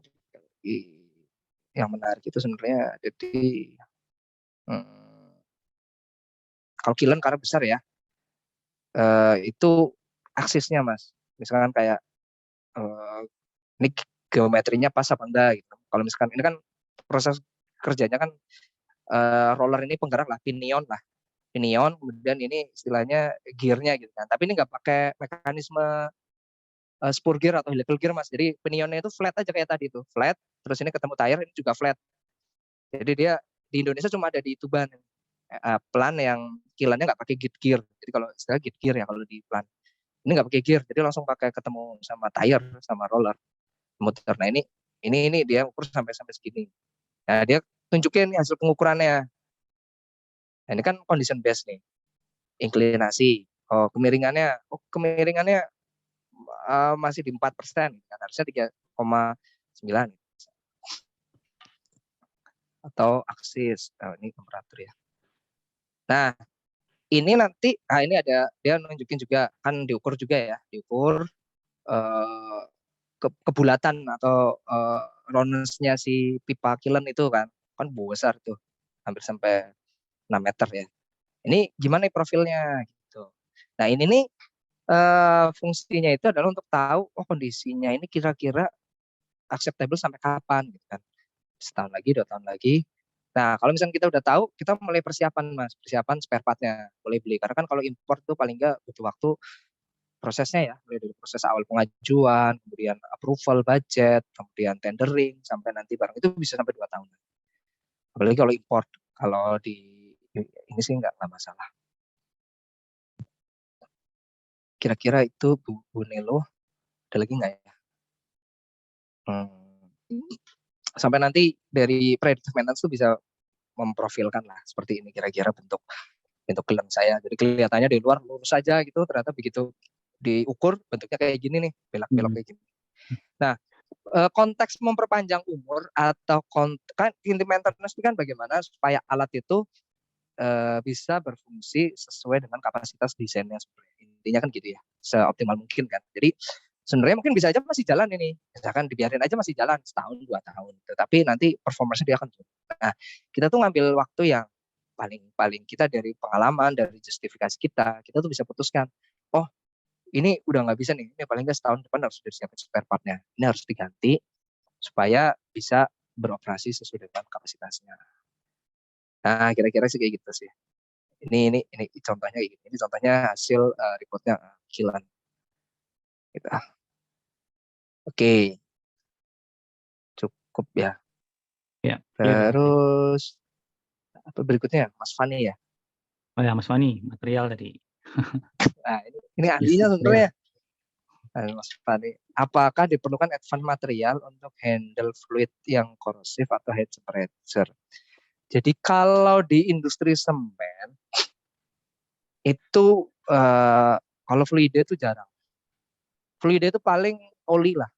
Oli kan nggak terlalu ini ya. Oli kan temperatur tinggi berapa sih masuk di gearbox terus masuk ke heat exchanger kan range-nya nggak nyampe 100 ke atas kan nggak nyampe lah, paling berapa sih kisaran di bawah 110% dan ke atas. Itu nggak ada sih Mas. Kalau fluida itu kita ya paling sakti 304 lah, stainless steel 304 itu udah mewah lah kita itu. Ya, aman lah. Aman. Dulu saya punya pengalaman ini Mas, kita ada reverse osmosis RO. Jadi reverse osmosis itu jadi saking air kita kan ngambilnya dari air tanah. Jadi air untuk utility itu pakai reverse osmosis. Nah, reverse osmosis itu karakter airnya itu kan maaf saya potong, bukan air ini ya. Kalau di Tuban itu kan ada yang ngambil dari laut itu, bukan yang itu ya? Itu betul. Bukan. Kalau di Tuban itu Tuban yang Holcim atau yang semen Indonesia? Yang semen saya belum. Kalau semen Indonesia itu dia ngambilnya dari water pond Mas. Jadi dia buka lahan, kemudian dia air hujan. Jadi dia prosesnya itu hanya distilasi. Bukan distilasi, maaf. Apa sih namanya? Sedimen ya kalau nggak salah ya. Jadi nggak terlalu kompleks. Nah kalau di Holcim, di tempat saya kan pakai brackish water ya, dari air ya semi payo gitu dari air tanah. Mineralnya banyak. Nah mineral banyak kan nanti potensi ada blocking ya. Akhirnya dia di reverse osmosis dibersihkan mineralnya. Nah efeknya air itu jadi korosif Mas. Air RO itu kan nggak ada mineralnya, jadi dia begitu ketemu metal dia langsung narik. Nah itu yang dulu sempat bikin masalah, korosi akhirnya. Kita korosi banyak di pipa itu. Akhirnya pipa itu yang tadinya mild steel kita ganti pakai stainless. Beberapa lokasi sih. Kalau yang masih aman ya biarin aja. Kalau high temperature biasanya fluid ini sih bentuknya bukan apa ya, gas panas biasanya, gas panas. Kalau gas panas kita pakai 310 sih, stainless steel 310.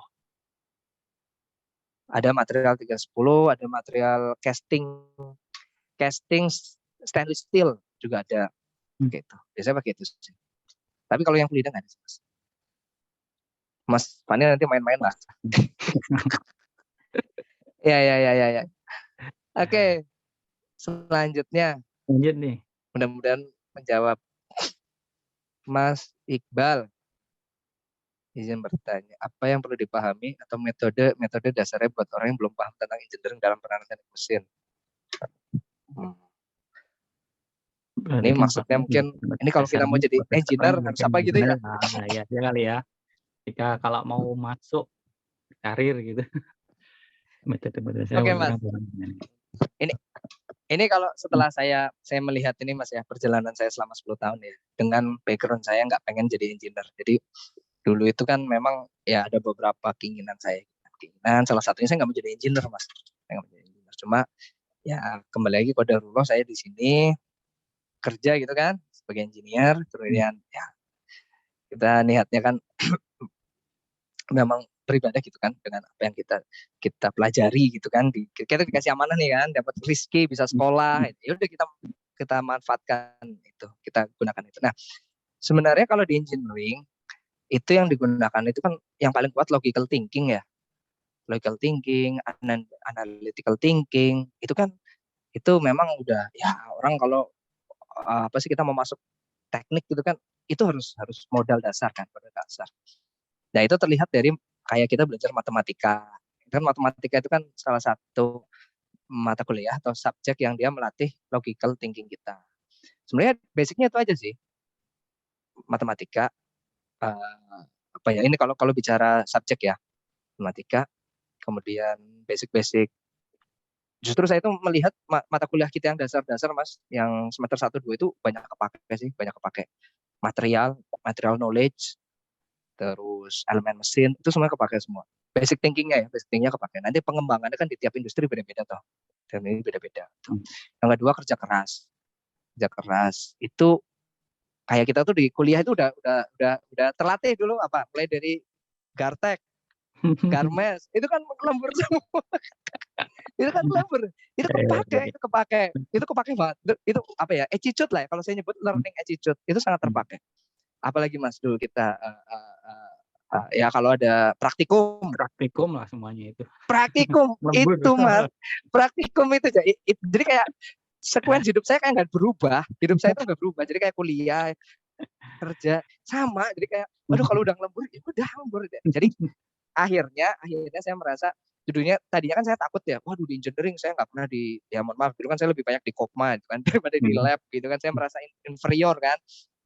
Ternyata pada akhirnya ya enggak sih, ya karena yang kepake itu adalah learning attitude, terus habit kita yang waktu kuliah itu yang kepake semua gitu. Kalau penurunan formula, textbook itu enggak semuanya sih, enggak semuanya lah yang, tapi apa yang kita jalani itu kepake semua. Jadi kalau kuliahnya insya Allah benar, insya Allah sih kalau masuk engineering itu belajarnya cepat. Terus ini ada lagi Mas sebenarnya. Oh ya praktikum, kita bikin report itu kan, yang bikin tulisan tangan itu kan. Metal itu kan. Itu ya nilai-nilai kerja kerasnya yang dipakai, nilai kerja kerasnya.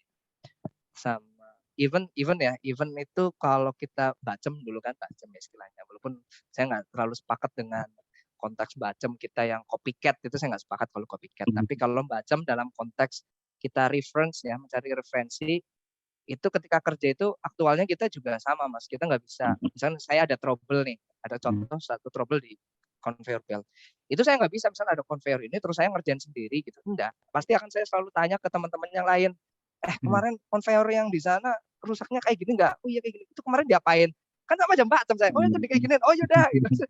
Udah ikutin aja best practice, jadi istilah best practice lah.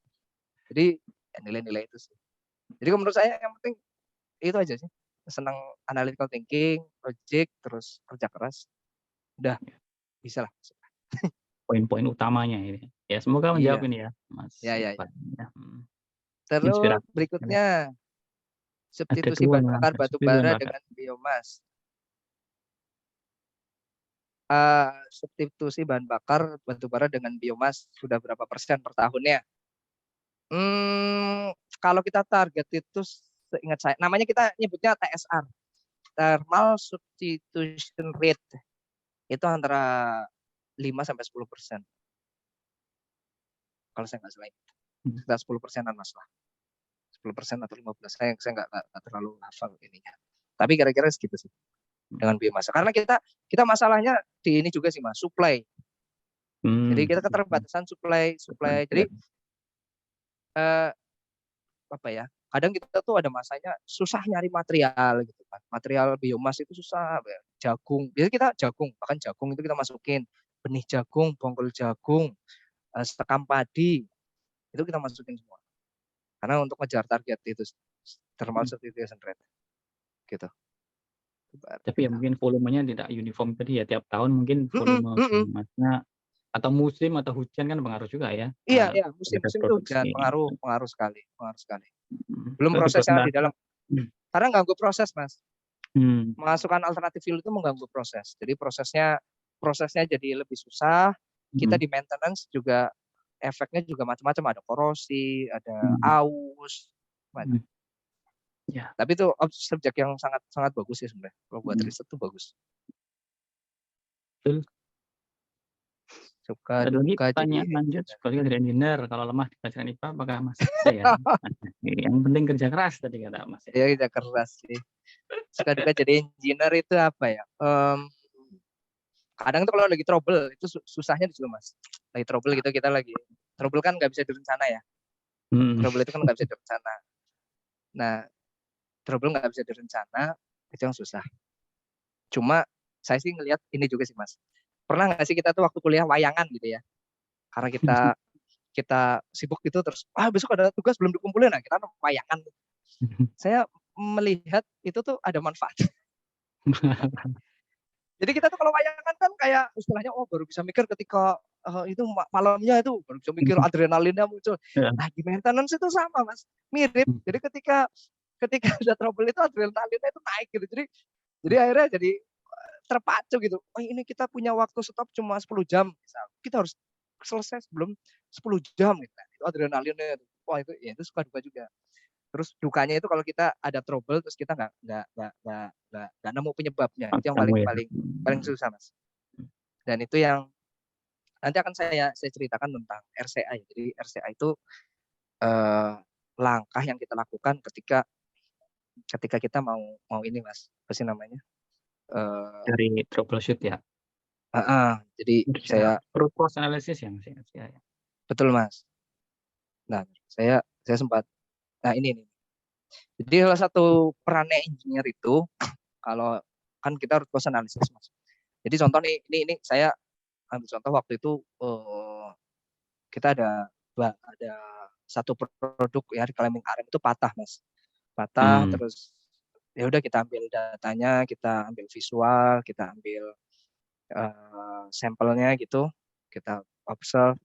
Ini kan dulu mata kuliah awal kan dasar. Ini patah ulet, patah getas. Mana yang berserabut, mana yang granular. Masih kepake sampai sekarang tuh masih kepake gitu kan.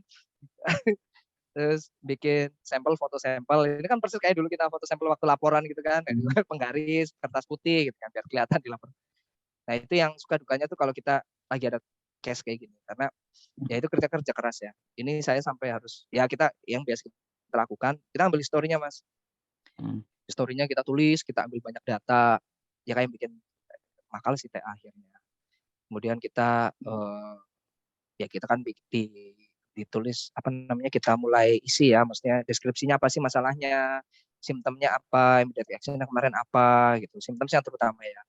Ada apa aja, terus report ketika action kemarin apa aja yang dilakukan. Terus akhirnya nanti kita ada forum namanya forum RCA. Tapi biasanya kalau saya bikin dulu ininya, Mas. Jadi setelah dapat data itu saya rangkai, jadi kayak detektif gitu. Saya bikin draftnya. Setelah draftnya jadi baru saya bawa ke forum, kita ngobrol bareng. Proses, elektrik, mekanik, semua yang terlibat, kita ngobrol bareng. Ini kalau analisa saya kayak gini, ini bukti-bukti fotonya. Akhirnya nanti bisa disimpulkan, apa sih penyebabnya kira-kira. Oh penyebabnya ini. Dari sisi, kalau ini kan namanya Apollo chart ya. Apollo chart itu kan ada kondisi sama action ya, kira-kira gitulah, nanti di teorinya ada bidang sendiri sampai akhirnya nanti ketemu paling belakang. Ini konsepnya why gitu kan. Kenapa kok kayak gini? Kenapa kayak gini? Terus sampai terakhir udah nggak bisa jawab, terakhir itu. Kemudian nanti bikin solusinya apa? Root cause and action plan. Root cause-nya kira-kira apa aja nih? Yang kuning-kuning ini berarti yang root cause. Action-nya apa aja? Nah, ini apa aja? Itu suka dukanya sih kalau saya di root cause. Sih. Sama ini sih, Mas, kita itu kalau semisal ini improvement work. Ini kita namanya rotary feeder. Ini rotary feeder, kita sering bearingnya rusak karena kemasukan material. Ini indikasinya karena memang apa ya, terekspos material halus. Ini kan material halus. Ini terekspos sampai ini ada sealing system. Sealing systemnya fail. Kalau sealing systemnya fail, ya udah masuk ke sini. Dan ini usianya singkat sekali, Mas. Sekali ini stop, itu kilan saya stop. Ketika kilan stop, untuk nyalain lagi, itu kan butuh pemanasan awal ya. Pemanasan ya. Biaya untuk ngeluarin pemanasan awal itu sama seharga, kalau kita sering bilang itu antara Innova sama Avanza. Jadi kalau stop sekali cuma rusak 2 ini tuh biaya kita ngeluarin itu ngeluarin Avanza, Mas. Avanza baru itu ya. Itu Padahal masuk masalahnya kilan cuma ada untuk beli material solar aja. halus yang masuk ke situ Nih, dicakep ya. gitu ya. Akhirnya rusak. Nah, peran kita itu karena kita kan ya ada peran sebagai mechanical engineer, kita punya basic knowledge di desain, ya kita bikin drawingnya dulu. Nah, kan Gartex sama Garmas masih kepake sampai sekarang kan. Jadi masih gambar. Walaupun yang gambar drafter ya, kita hanya kasih konsep aja. Terus kita nyari pemilihan material, pemilihan bearing gitu. Ya mirip-mirip kayak Elmes lah, PEM itu bikin tool baru gitu kan. Cuma bedanya saya ngitung nggak sampai detail kayak kita dulu kuliah karena nggak ada waktunya. Jadi akhirnya pakai katalog sih, Mas. Dari data awal, ini bearingnya apa, speknya berapa, kita cari padanannya, ekivalensinya apa. Kita cari yang produknya bisa. Ini kita cari nih, ini salah satu penyebabnya, bearingnya di dalam sih satu ruangan kan sama ini. Akhirnya kita bisa ruangannya kita bisa. Jadi bearingnya ada di luar, jadi sealing sistemnya dipisah. Ini kira-kira sih kalau ya kita suka dukanya jadi kita verifikasi terus. Apa lagi ya? Root cause, ini satu tadi. Ini reverse engineering. Salah satu dukanya kita itu ketika ini, Mas. Kita kan bekerja, industri kita itu kan bukan industri seperti apa ya? Industri kita tuh pengguna lah istilahnya ya, bukan yang bikin teknologi baru kan bukan. Bukan pembuat ya. Kita bukan pembuat. Jadi kita itu sangat ini, Mas. Ini contoh spare part yang dari kita nih kalau beli ya lumayan yang beli bisa bikin rumah sebenarnya. Bisa bikin rumah lah ini. Kalau beli ini. Tapi rumah di mana ya? Rumah di mana? Surabaya nggak nyampe sih Surabaya. Nah, saya nggak tahu ini materialnya apa gitu kan. Pernah suatu ketika saya juga bilang sama sales engineer, tolong dong cariin yang Indonesia gitu kan. Kalau misal kita bolak-balik import, apa gunanya saya sekolah tinggi-tinggi, apa gunanya saya sekolah susah-susah, kalau ujung-ujungnya saya tinggal buka katalog. Karena memang benar, Mas. Engineer itu enaknya kalau kita kerja di dokumennya lengkap, ya tinggal lihat katalog aja. Oh, saya perlu spare part ABCDE. Udah beli aja gitu. Tapi kan nggak ada. Tinggal pilih gitu, udah beli, duitnya perusahaan kan. Jadi kayak, tapi kan apa ya, kita sekolah ngapain susah-susah sampai malam ngerjain laporan report kalau ujungnya kerja semua kan enggak lah, ada keinginan kita tuh nah ini kayak PBT lagi nih, Mas, semester 3 nih praktik metalurgi. Jadi akhirnya saya nyari material ini apa sih, nah itu kita uji, Mas. Ada uji komposisi kimia, uji hardness, kemudian metalografi itu untuk saya tahu sebenarnya materialnya terbuat dari apa sih, casting, steel atau apa, sama uji tarik. Nah ini kan semua di basic kuliah semua nih. Dari sini kemudian kita olah, kita pelajari, singkat cerita kita padukan dengan manual book dan sebagainya, ketemulah materialnya ini ya. Begitu jenis materialnya udah temu, kita bikin drawing baru. Jadi yang lama kita gambar nih,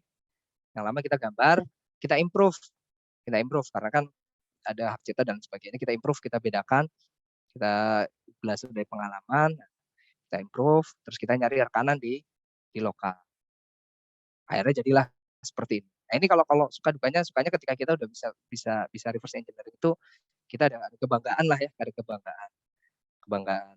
Oh ya kita ternyata bisa nih saving. Walaupun nggak mesti berhasil loh, Mas. Ini termasuk yang tadi masih harus dievaluasi lagi. Tapi ya paling kan kita udah setidaknya sudah ada effort untuk ke sana lah ya. Bagus lah ini. Biar nggak beli terus ke OEM. Betul. Dimainin Kita sama OEM. Betul. Sama suka dukanya lagi itu kita ada ini, Mas. Kita ada kebetulan Holcim itu kan ada program pendidikan. Jadi dia kerjasama dengan Politeknik Negeri Jakarta. Ada program EVE namanya. Jadi Enterprise Vocation Based Education. Jadi kayak pendidikan vokasi yang berbasis ke enterprise perusahaan. Jadi dia setiap tahun saya membimbing anak D3 diploma untuk bikin tugas akhir. Dan ini salah satu ada 9. Nah, saya belajar dari kemarin sekolah itu kan bahwa yang namanya riset itu kan harus sustain ya, Mas. Maksudnya riset itu ya dia refer ke riset sebelumnya gitu kan. Kemudian tadi sempat nyebut state of the art-nya gitu kan. Nah, berarti ada pembaruan gitu kan. Tapi masih satu tema. Nah, itu yang saya coba kembangin di sini. Jadi conveyor belt. Jadi ada anak TA conveyor belt, udah habis itu terus turunannya conveyor belt terus. Dulu awalnya ini kita ada namanya impact bed. Ini impact bed dulu kita sering import, terus akhirnya kita coba modif desainnya. Ini yang bikin anak perempuan ini, jadi dia mulai bikin drawing, tapi nanti kalau eksekusinya mesti dibantu sama kontraktor gitu. Saya bimbing, udah bisa. Jadi ini savingnya lumayan, savingnya sangat coba. Ini kalau beli harga 500-an, beli itu harga 500 juta, kita bisa buat dengan yang lebih murah. Enggak ya, kan cuma 100 lah, nggak nyampe. 200 nggak nyampe. 100. Terus habis itu berkembang lagi transfer shoot. Kita mulai dari bikin transfer shoot sampai ke hoodnya. Ini juga dia kembangin, dia gambar, kita bimbing. Terus habis itu berkembang lagi atasnya feed hopper. Kita buat feed hopper yang selama ini kan feed hopper kita tuang dari alat berat, dari loader ya. Jadi dari kayak loader dituang, nggak dari truk. Karena kalau dari truk ke konveyornya nggak kuat. Nah, kita bikin improvement gimana caranya supaya bebannya itu nggak sampai ke konveyor. Akhirnya ditambah pneumatic cylinder. Ya ini kerja teman-teman ya kan dia D3 ya. Sama drifting, kita bikin drifting modifikasi. Nah, salah satu sukanya itu ya di sini nih, kita ngembangin sendiri gitu kan. Kita ada teman, jadi kayak bikin lab kecil-kecilan lah. Kita bikin ini tahun depan apalagi. Itu kira-kira. Kalau dukanya ya tadi udah ya. Terus kalau pelajaran IPA, tadi udah dijawab sama Mas Yusuf sih. Sebenarnya ya asal kita tahu unggul lemahnya kita lah ya. Kalau misalnya kita lemah di IPA, oke kita lemah misalkan di IPA gitu. Tapi kita punya keunggulan di kerja keras gitu. Saya jadi ingat Mas kemarin habis baca bukunya Arya Muhammad. Pernah dengar Mas? Arya Muhammad PhD yang dia cerita ketika dia S3 di Bristol itu, di satu lab itu dia cerita teman-temannya cerdas semua gitu kan. Sementara dia ya masih nggak sepintar temannya, tapi dia bilang saya boleh jadi paling ini ya secara akademis, tapi saya mau tunjukkan saya yang paling kerja keras. Nah, itu sih. Kalau di engineer itu kerja keras itu sangat berpengaruh sih. Karena talent kalau nggak ada kerja keras ya sama aja sih. Sama aja. Ya, kan? Oke. Oke, sangat menginspirasi sekali. Semoga menjawab semua pertanyaannya. Dan saya kira cukup ya, jam 12.50 kira-kira, sudah hampir 2 jam. Kita ucapkan terima kasih kembali banyak kepada Mas Esa dan kawan-kawan semua yang sudah hadir pada sore hari ini. Apa yang dijelaskan Mas Esa ini kan apa yang ada fakta yang terjadi di lapangan gitu ya. Kami yang ada di akademik mungkin bisa setelah mendapatkan penyerahan ini kan mungkin bisa ya pasti bisa merencanakan apa yang bisa kita buat gitu di bidang permesinan, terutama di aplikasi di semen. Dan ternyata banyak sekali dijabarkan tadi ya, mulai dari maintenance-nya, produksinya pun bisa, kemudian bahkan designing juga sudah mulai dilaksanakan ya, bukan cuma importing dan lain-lain. Ya, masih banyak lagi yang bisa kita lakukan, terutama kontribusi juga untuk negeri kita ini. Baik, nanti kalau mungkin dari teman-teman ada pertanyaan lebih lanjut bisa japri begitu Mas Esa, kalau berkenan bisa memberikan nomornya. Atau tadi sudah di share ya, yang di chat tadi dari panitia, mungkin bisa di share juga kontaknya beliau. Ada lagi yang bisa ditambahkan mungkin dari Pak Ardi, dari panitia? Cukup ya. Ya, Muli, cukup. Oke, terima kasih sekali lagi kita ucapkan ke Pak Esa, semoga semakin sukses karirnya di Semen Indonesia. Menanjak terus karirnya, meroket sampai ke pucuk pimpinan tertinggi. sampai BOD gitu. Amin. Dan juga teman-teman yang lain di sini. Saya akhiri, mohon maaf sebelumnya. Terima kasih sekali lagi kehadirannya. Insya Allah ketemu lagi di webinar selanjutnya. Kapan? Nanti tunggu info dari Pak Ardi. Saya tutup. Pak Arus ya, tadi mengucapkan salam Pak Arus. Harus izin duluan tadi karena ada keperluan ya. Tidak bisa menemani sampai akhir. Tapi tidak mengurangi esensi dari pertemuan kita hari ini. Baik, saya akhiri. Teman-teman semua, Assalamualaikum warahmatullahi wabarakatuh. Waalaikumsalam warahmatullahi wabarakatuh. Terima kasih. Terima kasih Pak Esa. Maaf. Ya. Oke, makasih Pak. Terima kasih.